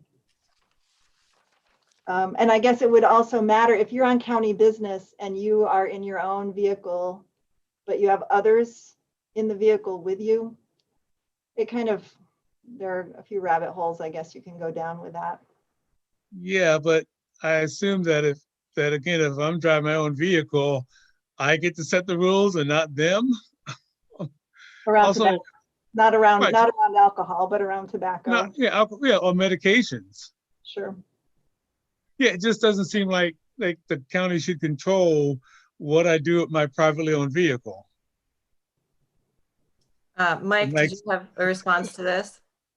I can just tell you, I mean, I have a private car, but I work for a company. And if something were to happen with that car, the company would be liable too, because I'm on company business. So for us to kind of say, oh, with your private vehicle, you can kind of do whatever you want. Yes and no. I mean, I'm not sure how far that goes, but there are definitely restrictions you can put on people in private cars. I also had a question about that and the medications aspect of it. I mean, what kind of medications? I mean, there's a lot of people who take medication every day for any number of illnesses. So that's a little confusing to me. What medications? Yeah, I think it's the specificity of medications that may interfere with the safe operation of county vehicles. Yeah, that would make more sense. Can you add that in? It's under F. It's okay. Also, under section K, the county vehicles may only be driven outside Tompkins County with prior authorization from the employee's department head. How does that fit for legislators? Because we are covered in this policy. Right. I don't know how you all reserve or do prior authorization for out-of-county travel. It's a separate policy. Yeah, that probably falls under our rules of the legislature that we've changed last year. We went through the whole travel and training update last year. But I don't know if it also needs to be in here or not. Covering legislators specifically? Yeah. Well, legislators are, I mean, as a definition for employee, it says all county within government, including elected or appointed officials and paid staff. And so I assume that this is covered, that this is all for our employees, but we don't have a department head. So we also when we go to our conferences, we leave Tompkins County. Right, we get to do whatever we want, Henry. Kathy? Well, I just want to make sure that it's understood that we can, that except for legislators, can do whatever the hell they want. Kathy, I think you're still on mute, Kathy. Sorry. Prior authorization for legislators is required. Yeah. To go to conferences. But that's to attend the conference. That's not to attend the conference in a county car. Well, it's either a private car or county-owned car. Yeah, I think it's in there in the rules, but. Yeah, and there's an out-of-county travel reimbursement, a prior authorization form that's required for either if you're going to be using your own car or a county car and you're, right. If you're going to be requesting mileage reimbursement. Right. Right. I would lean on the side that says that legislators are covered under the rules of the legislature, but I don't know if that appeases you, Henry. Yeah, I'd have to look to see what the rules of the legislature regarding travel are. Okay. But I can look those up and. Well, I also think there's a travel training policy in place too, that elected officials are required to follow. Okay, did you have other questions, Henry? Or comments? Yeah, I guess I'm just concerned about the driving records of people. Not the insurance, but I guess the human resources has to collect all the driving records.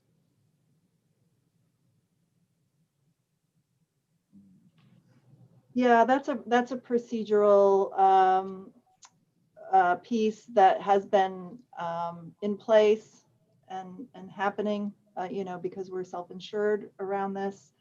So, and human resources is the logical place to do it for new employees coming on. And then once employees are in the system, then it's directly through the DMV. It's a pretty easy process to maintain. Oh, so because no one collected my driving records when I started, I'm not sure what the policy was back then. Also, they said that you're supposed to do it a minimum annually thereafter. You get those directly from the DMV, or you get them from the employee? The DMV. And it's only for employees who travel on county business, who drive either their own car or a county car as part of their duties. Right, because I mean, when we used to attend meetings, I assume when we drove to meetings, that would be county business, right? Mm-hmm. I can't speak to that. I'm not sure where that lands for legislators driving. And I remember when I first started here, there was still a debate about the travel policy. I think that Rick had started and defining where work begins and ends for legislators. Because for employees, driving in from their home to their office is not, driving for county business. Right. Yeah, that's still up in the air for legislators, that part. Be going on business on that day. It's still up there. Yeah. Okay. Okay, I just had one. Okay. Oh, you have more, Henry? Go ahead. Nope, that's it. Okay. Sorry. No, that's it. I thought you were done. Okay. I just had one thought about on packet page 22, under the human resources responsibilities, it says who has accumulated 8 points. I feel like it should just be clarified what points you mean, like on their state record, or, because somebody might read this and say 8 points of what? What does that even mean? So I don't know if you could just add a phrase in. And I think it comes up again on the next page where it references the points. So. Okay. That's the only thing for me. Anything else on the driving policy? All right, then let's look at the next one, which is unpaid leave of absence. Okay. So the unpaid leave of absence policy, it's been a whopping 32 years since this policy was last updated. Since then, actually, the FMLA was passed in 1993, the Family Medical Leave Act. So this policy did not previously did not reference the FMLA. So now it does. The FMLA entitles employees up to 12 weeks of unpaid leave of during any 12-month period with job protection and continuation of their health insurance benefits. So, so we really took note in this policy to spell out the procedures for FMLA leave, how it works, how it's implemented, how it runs concurrently. If an employee is taking another paid medical leave of absence, FMLA runs concurrently. And it also spells out the procedures for non-FMLA related leaves. So this is a really helpful policy to have for employees and to administer in human resources. And to not be 30 years old. And there's that. That. Questions on this from anybody? Henry? Yes. just one question. Under on page 28,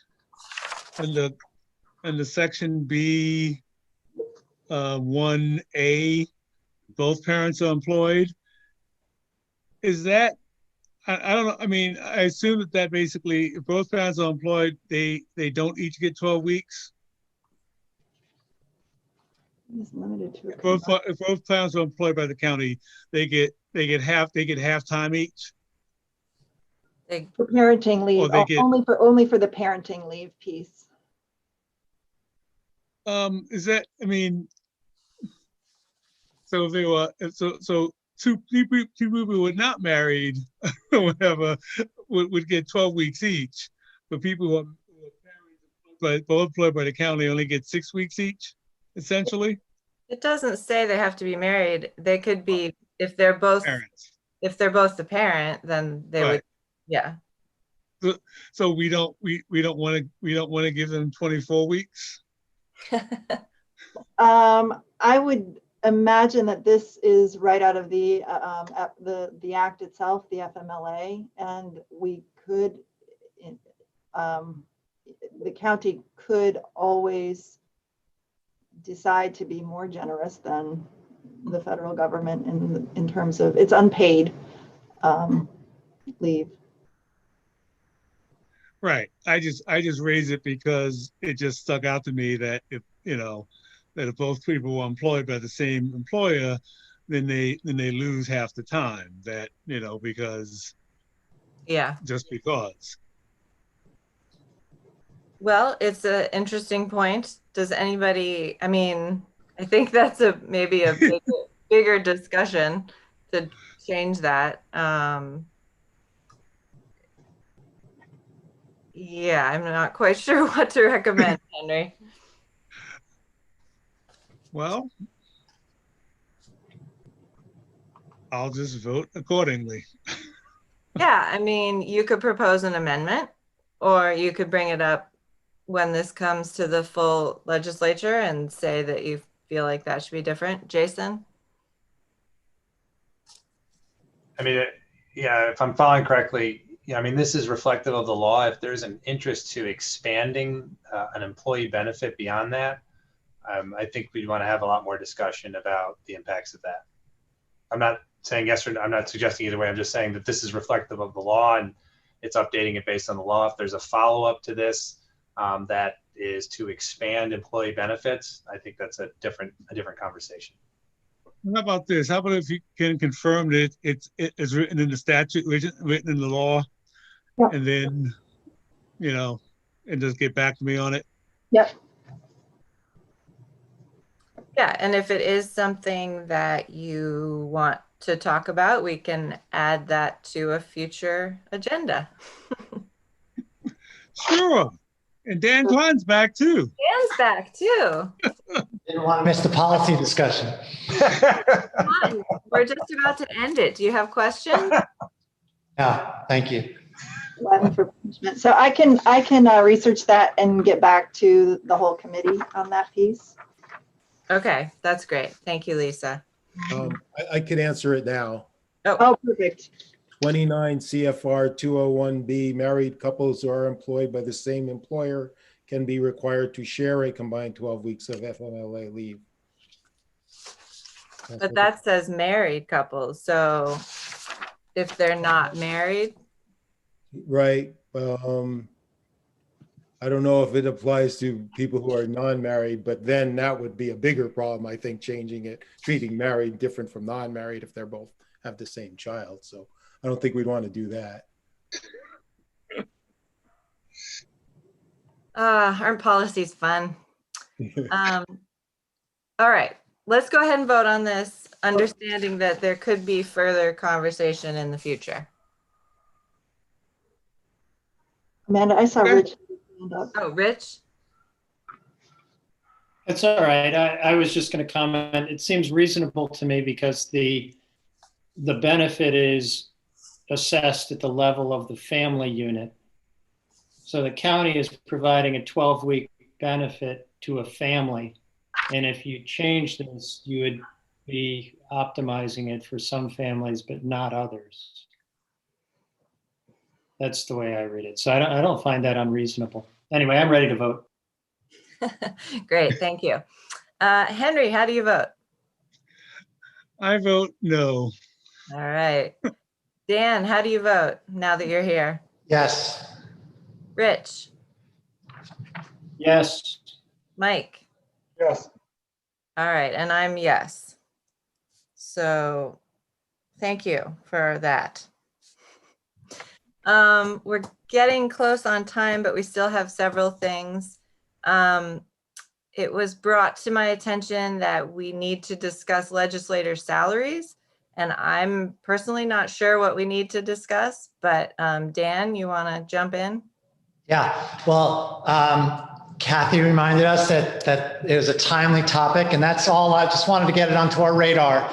By custom, we settle this issue in advance of the time when people have to start gathering signature petitions, usually a year in advance or roughly of an election, give or take, so that anyone that's thinking about running has the full information about what they would be getting into or might be getting into. As we might remember now, since the last time we did this, the petition period is quite a bit earlier than it was in the past. I think it starts March 1st, give or take, which means realistically anyone considering running kind of needs to make a decision in February, which if you keep working backwards means that we have to work on this very soon. So thank you for bringing it up. I guess I just don't really know what the process is or procedure or, yeah. So, I'm just a little bit like, I don't even know. Henry.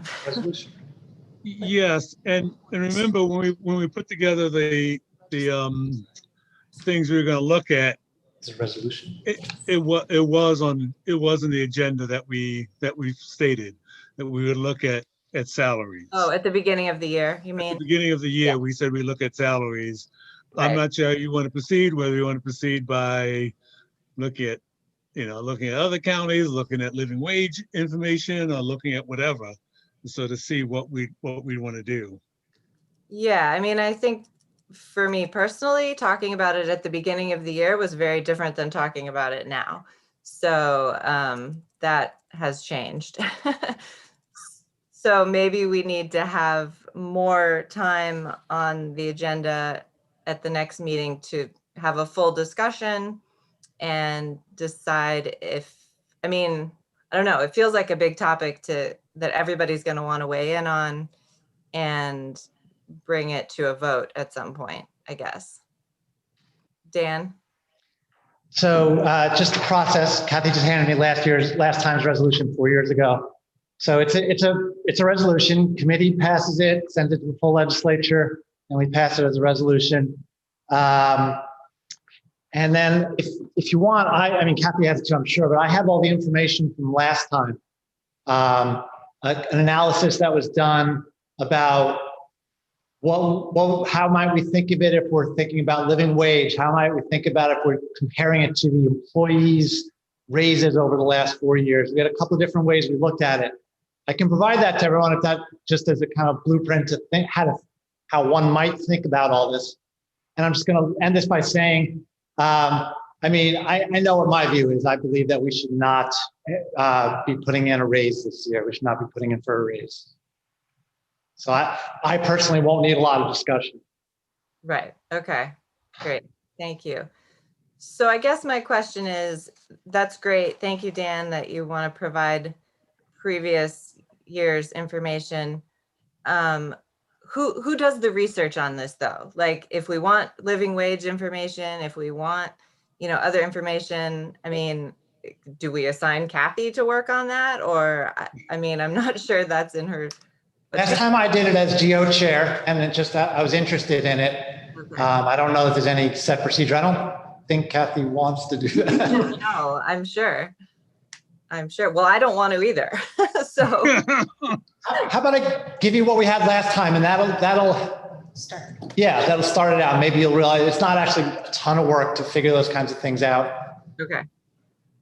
Okay. Yeah. Yeah, give it to me too, Dan. I'll look at it too. I'll send it to the whole committee. Yep. Okay. Great. Thank you for bringing that up. Okay, let's go through reports and see if there's anything else. And then I know Mike and Rich both have something they wanted to bring up. So I have no report other than I guess I'm going to be looking at salaries situation now. Jason, anything else? No, I mean, I don't have anything new to report. I don't know that I have anything big on the COVID front either right now. Okay. I will say one thing we did send out a bunch of information that was requested for the budget meetings. We kind of packaged it all together. So you should get, you've got that in your inbox. And I know the correction pages are over at the, or will be over at the Ledge Chambers by the end of the day. And I think we're also sending out the electronic ones. That's great. Thank you. Yeah. Great. Thank you. Anything from Lisa or Amy?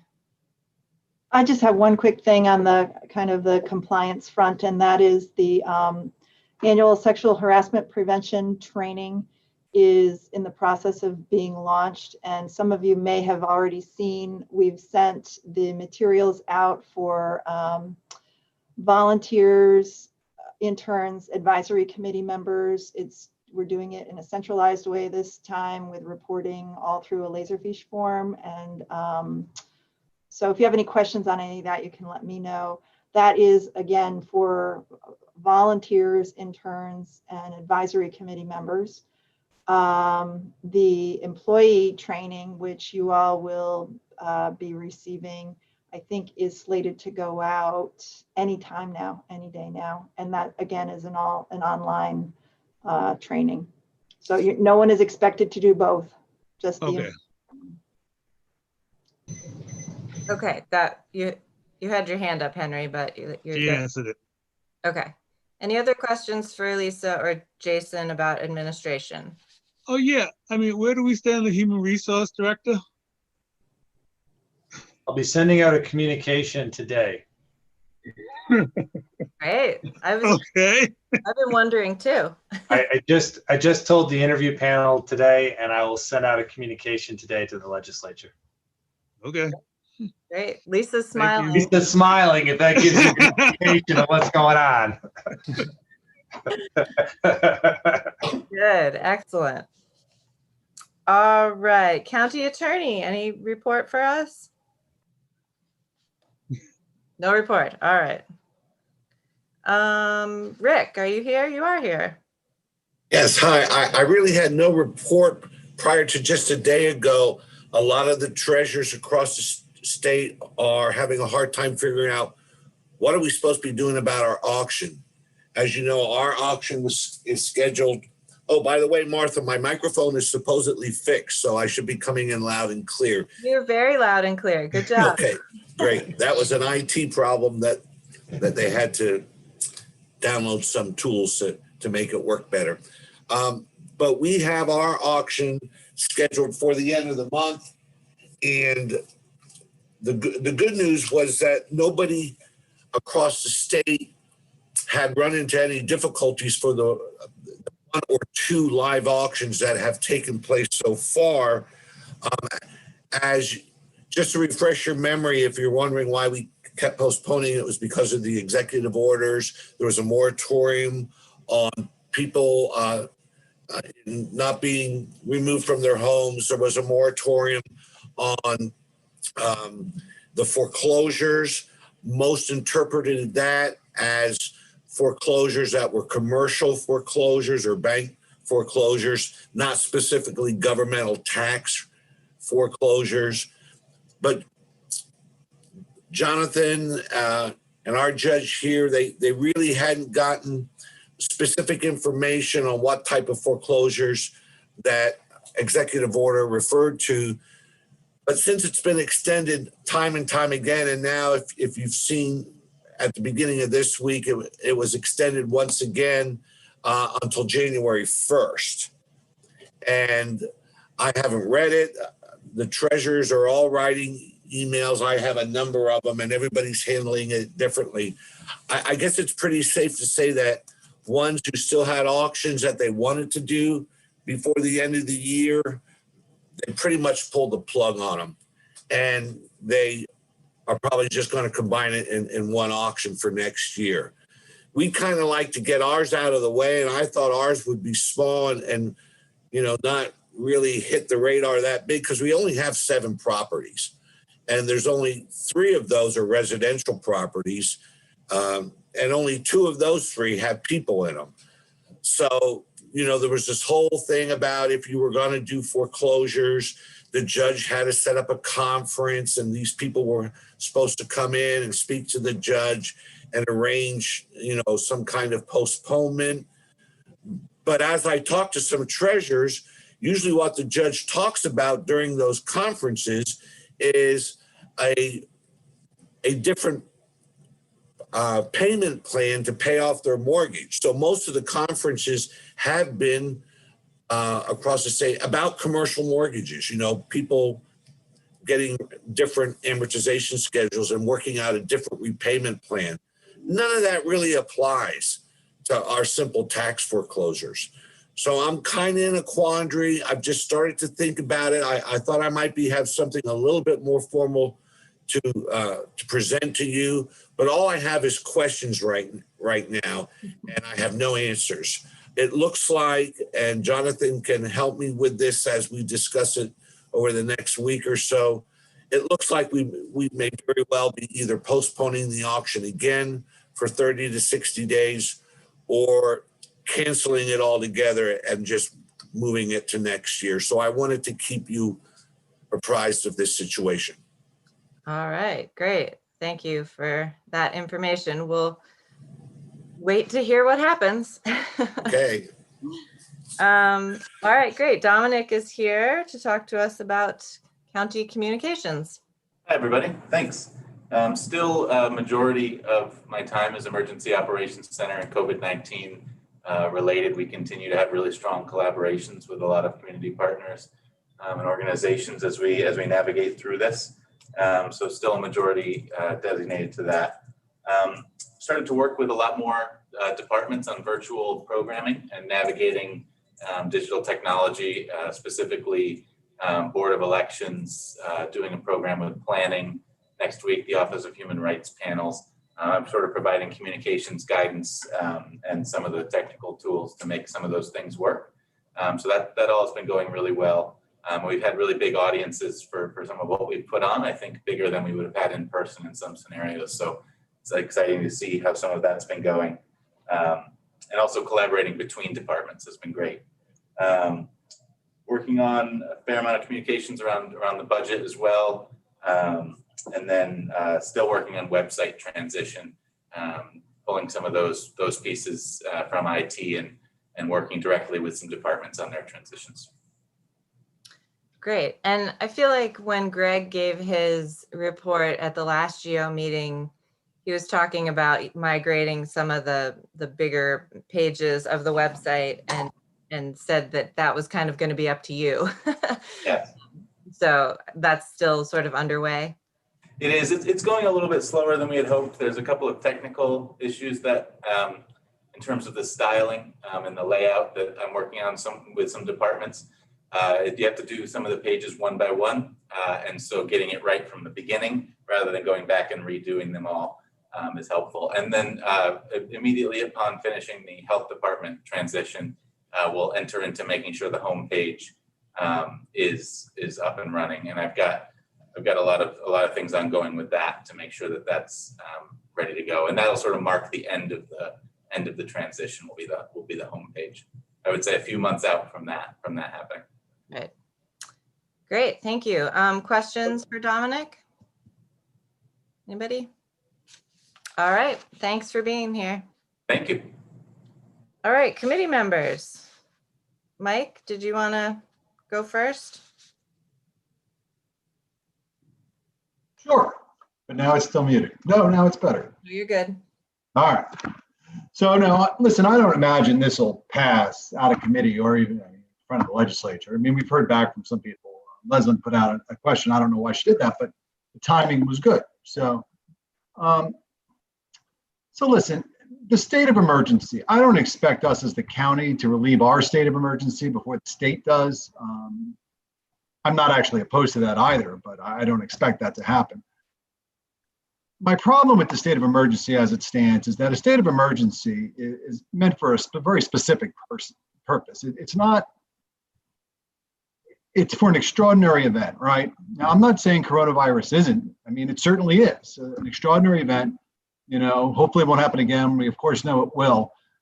But the extraordinary event for as it pertains to a state of emergency is when we were worried that we were going to run out of hospital beds, and when we were running out of PPE, and when, you know, the hospitals down in New York City, a couple of them were getting overwhelmed, and we had to send hospital ships. And it's a hurricane. It's a COVID-19 in the first few months.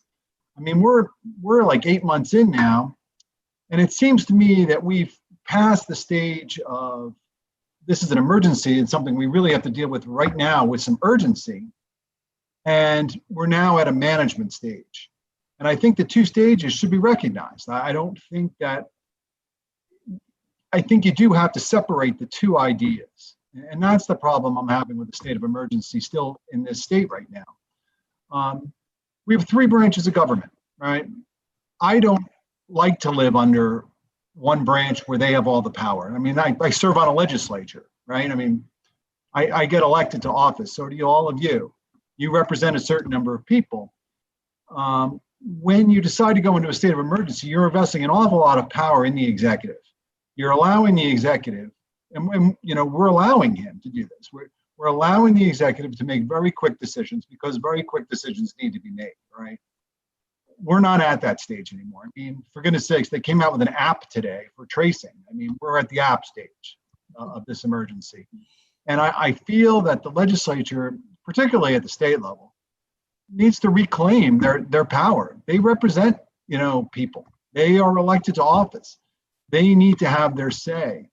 I mean, for decades, when it comes to the budget, for example, we've argued that there's 3 men in a room. We didn't like that. We think the legislature should be more involved. Well, now we're not even doing the 3 men in a room. We're doing 1 man in the room who's making all the decisions. And some of them are going to be right and some of them are going to be wrong, and that's fine. But it doesn't seem to me that we're at that stage anymore where we need to kind of invest that kind of power in him. I really do feel like we've moved to a stage of management. Just to give you an example, we wouldn't be under a state of emergency for hepatitis. You know, hepatitis is a pretty bad disease. It kills 1.75 million people every year in the world. You know, 325 million people have that disease, right? But not a state of emergency because we manage it, right? We manage it in this country so that we can keep the number of deaths down. And I see us as being at that stage now. And you know what? Listen, if there's a massive spike and our hospitals start filling again, that's a state of emergency. And that's when you again call for the state of emergency. So that's just something I'd like you all to start thinking about. I know we're not going to go anywhere with that, probably at a committee today. And I certainly don't think we're going to go anywhere with it at the committee. But yeah, I hope people do get back to Lesman and tell them what they think about it. So that was my 2 cents. Great, thank you. Are you, just to clarify, is your hope or suggestion that we would urge the state to move out of the state of emergency or the county? Or both? I would like to move both, but like I said, I don't think there's a lot of support for that. So. Okay. Does anybody who's here want to chime in at all? All right. Some really good points, Mike. Make some good points. I'm not sure if you're suggesting that we bring it to the level of a resolution. I don't know if that's what you're suggesting. You know, and I can certainly do that. I can bring it in the form of resolution at the next meeting, and we'll see where people are at that point. Like I said, I don't think there's a lot of support, but you can't really find that out if you don't have a resolution. So, yeah, Dan, I'll put that together, and I'll bring it forward in a formal kind of resolution. Yeah, and if, you know, a month from now, things might be different. I mean, I honestly am not sure where I stand, and it's something I haven't thought that much about. So I would want some time to think more about that. But I also appreciate you bringing it up and wanting to talk about it. Okay. All right. Thank you. And one more item from Rich. So I'm the barrier between the meeting ending and everybody going and doing something productive. So my apologies, but I had sent out a email to my colleagues on the legislature and about, is it time for us to consider coming back to in-person meetings? And shockingly, there's different opinions. We don't agree with each other. I don't know where that came from, but here we are. And one suggestion, I think from Shauna, you made it was bring it up at GEO. So I'm doing that. But in the meantime, I got responses from several other of the legislators, and I don't see we're ever going to have a consensus, at least in the next few months. So my question really, I think, is to Kathy. Is there a technical way that those who wish to be there in person can attend without crowding around the table you're at there? Can we do something where people could sit in other parts of the room and we had in-person people, those who wish to remain remote can remain remote? And sorry to put you on the spot, but I think that's where we're at. Well, I think we have the space for committee meetings. I think we'd have to watch the number of staff that came in. But for legislature meetings, I think we could get 10 around the table, 10 members, and 3, if not 4 at this table. And then the chair would be at the front of the room. You'd have maybe a handful of staff that could attend. But that would be about it for legislature meetings. How would it work with televising it? Because now it's going out over YouTube, right? Right, and we're also televising that at the same time. Correct. So the cameras would work as normal inside the room. But whoever was there would need to have a computer to watch the people who are still remote. Is that correct? Yeah, those, that would have to be looked into and to see what additional equipment would be needed. I know that earlier in the summer, correct me if I'm wrong, Kathy, like Leslyn came in and you guys talked about a lot of options. And I'm not sure that it's been talked about recently, but I think it's also a good conversation to have, Rich, but I also think that people shouldn't feel forced to have to go back if they're not comfortable, or, you know, we don't know everybody's family situations or people with, you know, more risk. But if there's a way to make it work that some folks can go back and feel comfortable and other folks can stay on Zoom, then, you know, that would be ideal. I don't know how possible it really is, but yeah, my fear is that it will never be no risk. Well, right. However, yeah, you know, at some point we need to say it's low risk enough, it's manageable risk enough that we can come in. And my view is I think we're there. I think that you look at the incidence of transmission in our county right now, You look at the tools we have at our disposal, the space we can spread people out in. If we added a testing or surveillance testing program, I think this is a totally manageable risk. Perhaps not for somebody who has a significant health reason, but for most of the people on the legislature, I think we're there, and I would like to start attending, but I don't want to do it if I sit at that table and crowd it up. So, as I said, people disagree. That's what we do. Yeah. Mike, did you want to? But I'd like to try to come to the next Tuesday meeting there if we can find a way to do it. Okay, Mike, and then Shauna. I don't disagree with what Rich said. I mean, I feel the same way. However, the one thing that I think is not almost more important, that is more important. So I've been talking to my town board a lot because this other issue that I'm addressing as a private citizen is on the table. And so I find it much easier as a member of the public to go to an actual meeting and talk.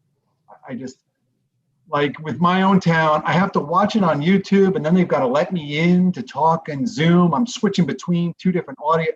It's kind of a pain. And frankly, if I didn't grow up in the generation that I was in, I wouldn't be able to do it. And I feel that if we at least can give the public the option to say, listen, stop by, you can socially, we have it set up so that you can stop in and tell us directly, even though we're not in the room, it gives people a location to go to and say, here's my piece, here's what I think on this.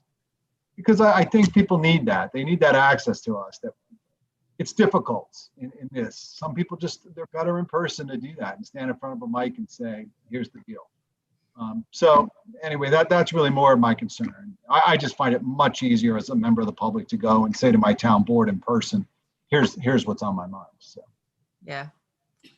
Noted. Shauna? Thanks, Amanda.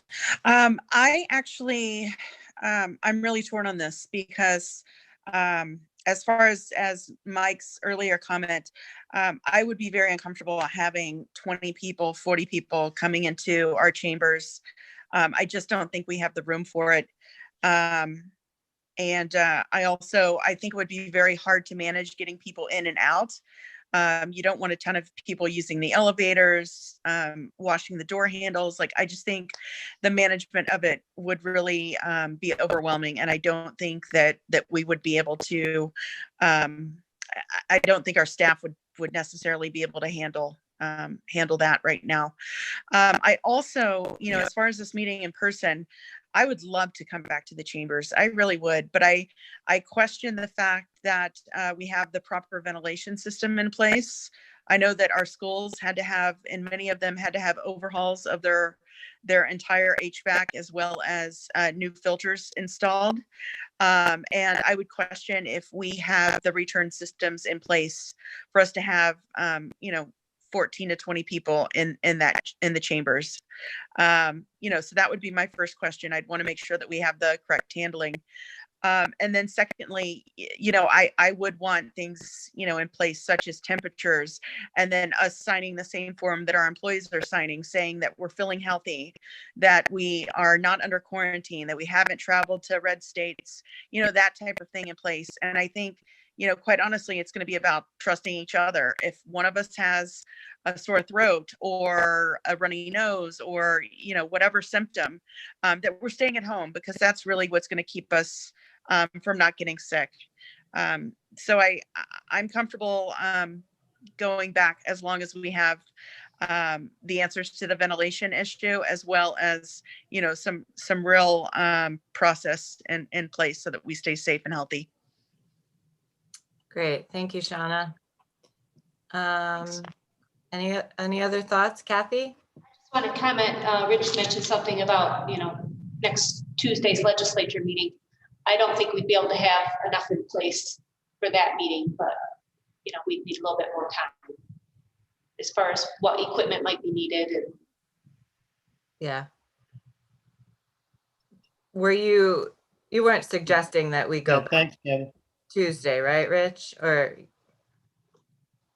well, I don't think we're going to get to that decision for a while. I was saying I would like to go back, but I don't want to just add another person to the table that Dan and Mike sit at. And Dan, I know you have internet issues. You need to be there.